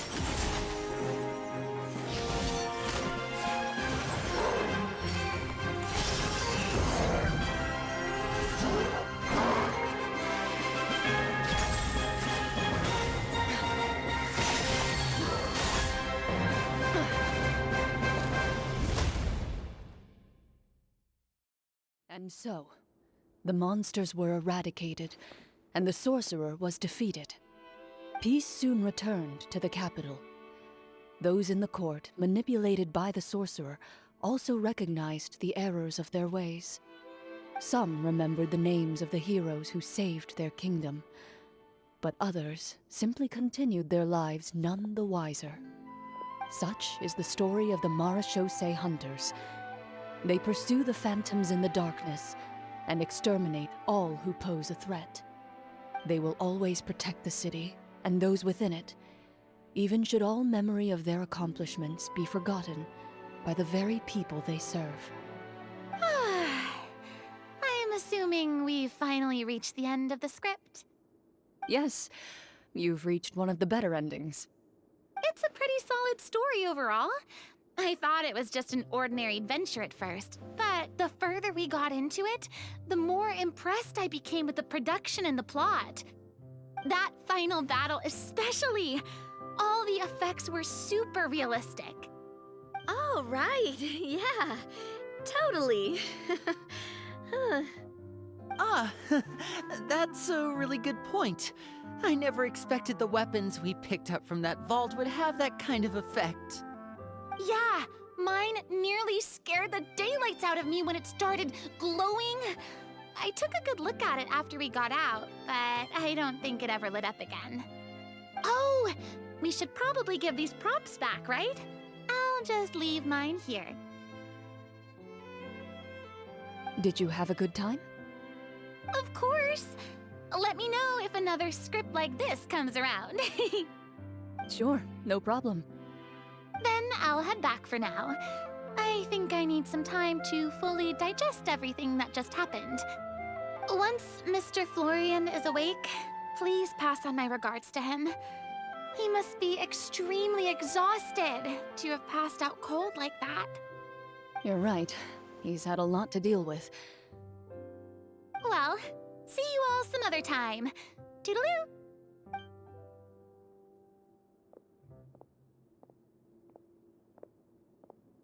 Okay, so, can I ask now? I think it should be fine, yeah. What in the world was going on back there? So you saw through all of that? That time in the cave when you told us to close our eyes, it'd be weirder if we didn't notice anything. I was dying of curiosity the entire time. I mean, you did a pretty bang-up job of pretending nothing had gone wrong. Farina actually looked like she thought all of it was planned. Guess none of us wanted to be the one to break the illusion. What are you all talking about?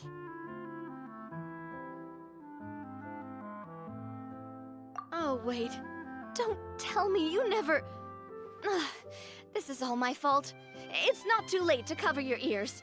Here, partner, I'll do it for you. Bit late for that, don't you think?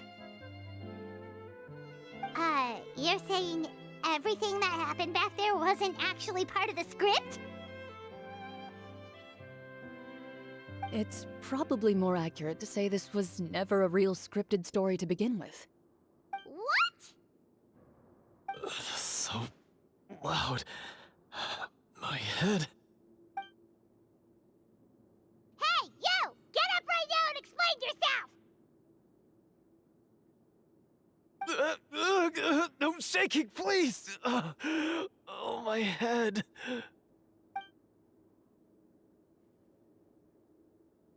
Did Paimon just hear that right? You guys made up that whole last part on the spot? It's not nice to lie to people, but Paimon's gotta admit, that was a really good story, Florian. Oh, and nice improvisation, Clorinde!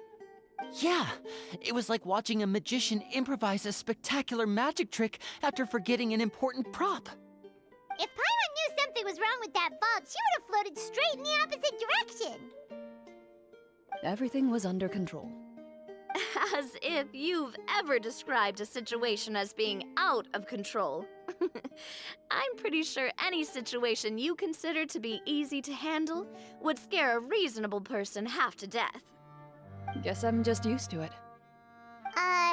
You must run into a lot of unexpected situations then. That explains why you're so good at coming up with things on the spot. As for you, Florian... I know there's no excuse for what I did. I'll turn myself into the guards at once, confess my crimes, and accept any punishment that comes my way. I would say you've already suffered more than enough. What? You may have been blinded by fame and fortune in the beginning, but your actions during the final battle had proven you to be a true Marechaussee hunter.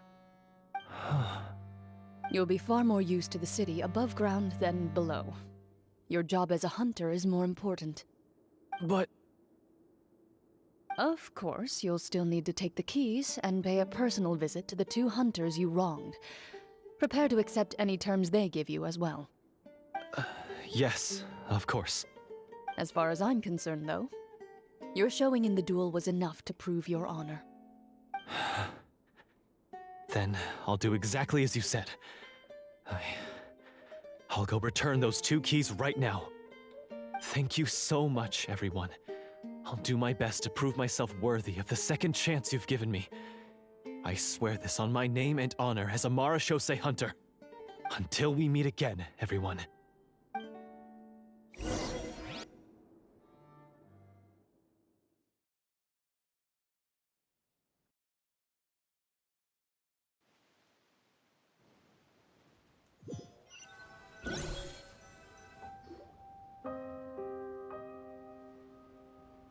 Speaking of Marechaussee hunters, what should we do about the treasure in that cave? Leave it be. Are you sure? We could show it to people, make it so that the hunters are remembered. Don't you want that? No. Every name on that tablet made the same choice. All hunters know what the path entails. I am no exception. My identity as a Marechaussee hunter is not something I need people to remember. I wish only to be recognized as a champion duelist. Nothing more. That's certainly very different from the path of a magician. Still, I admire your decision. Wait, Paimon just remembered remembered something. If there were no special effects involved, why did our weapons begin to glow during the battle?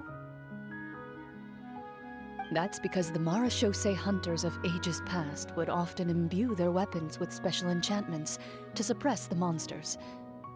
Whenever a monster was nearby, their weapons would start to glow. Oh, so that's why they had an effect on that guy near the end. I really thought the summons were doing all the work. Well, I'm sure the summons were a part of it too. Oh? How so? This particular Devorator probably hailed from the same era as the hunters we saw in the room. The names you recited all belonged to the bravest hunters. Countless monsters fell to their blades. That's likely why the Devorator visibly reacted when you said them out loud.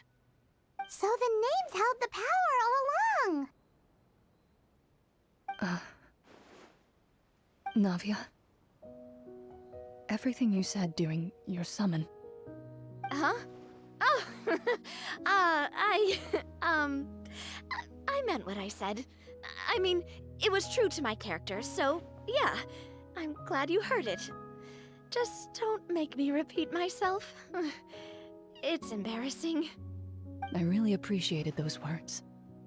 All right. Don't get all sentimental on me. Anyway, let's not talk about that anymore. I'm going to go on ahead. Don't fall too far behind now. She ran off! I should probably head back as well. This story was truly incredible. I might have to spend the whole night telling my siblings all about it. Goodbye.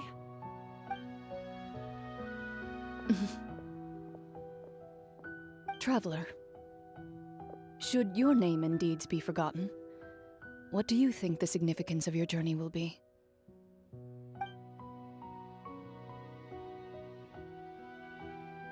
I suppose the significance would be the journey itself and the world we helped create. There's still value in the time I shared with everyone here, in the things we were able to accomplish, even if no one remembers them. A great answer. I'll remember it. Me? The Marachose hunter says nothing in response to that question. Perhaps her answer lies in her silence. An unspoken vow left to echo through the night. The path she walks needs no explanation.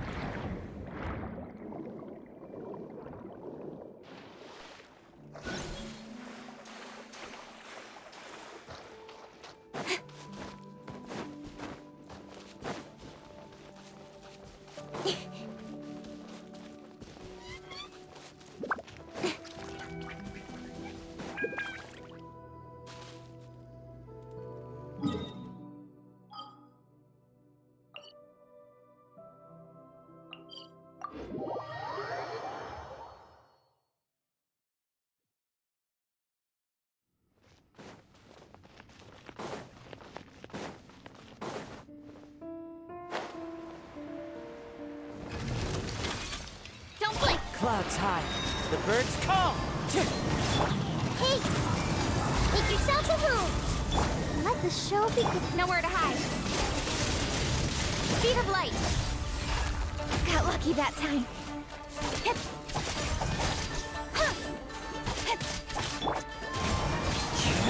Incoming.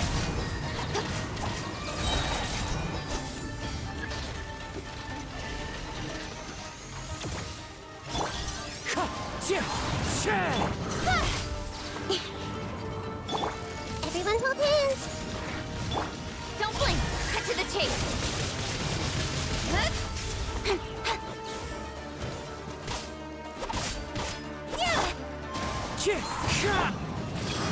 I'll protect us.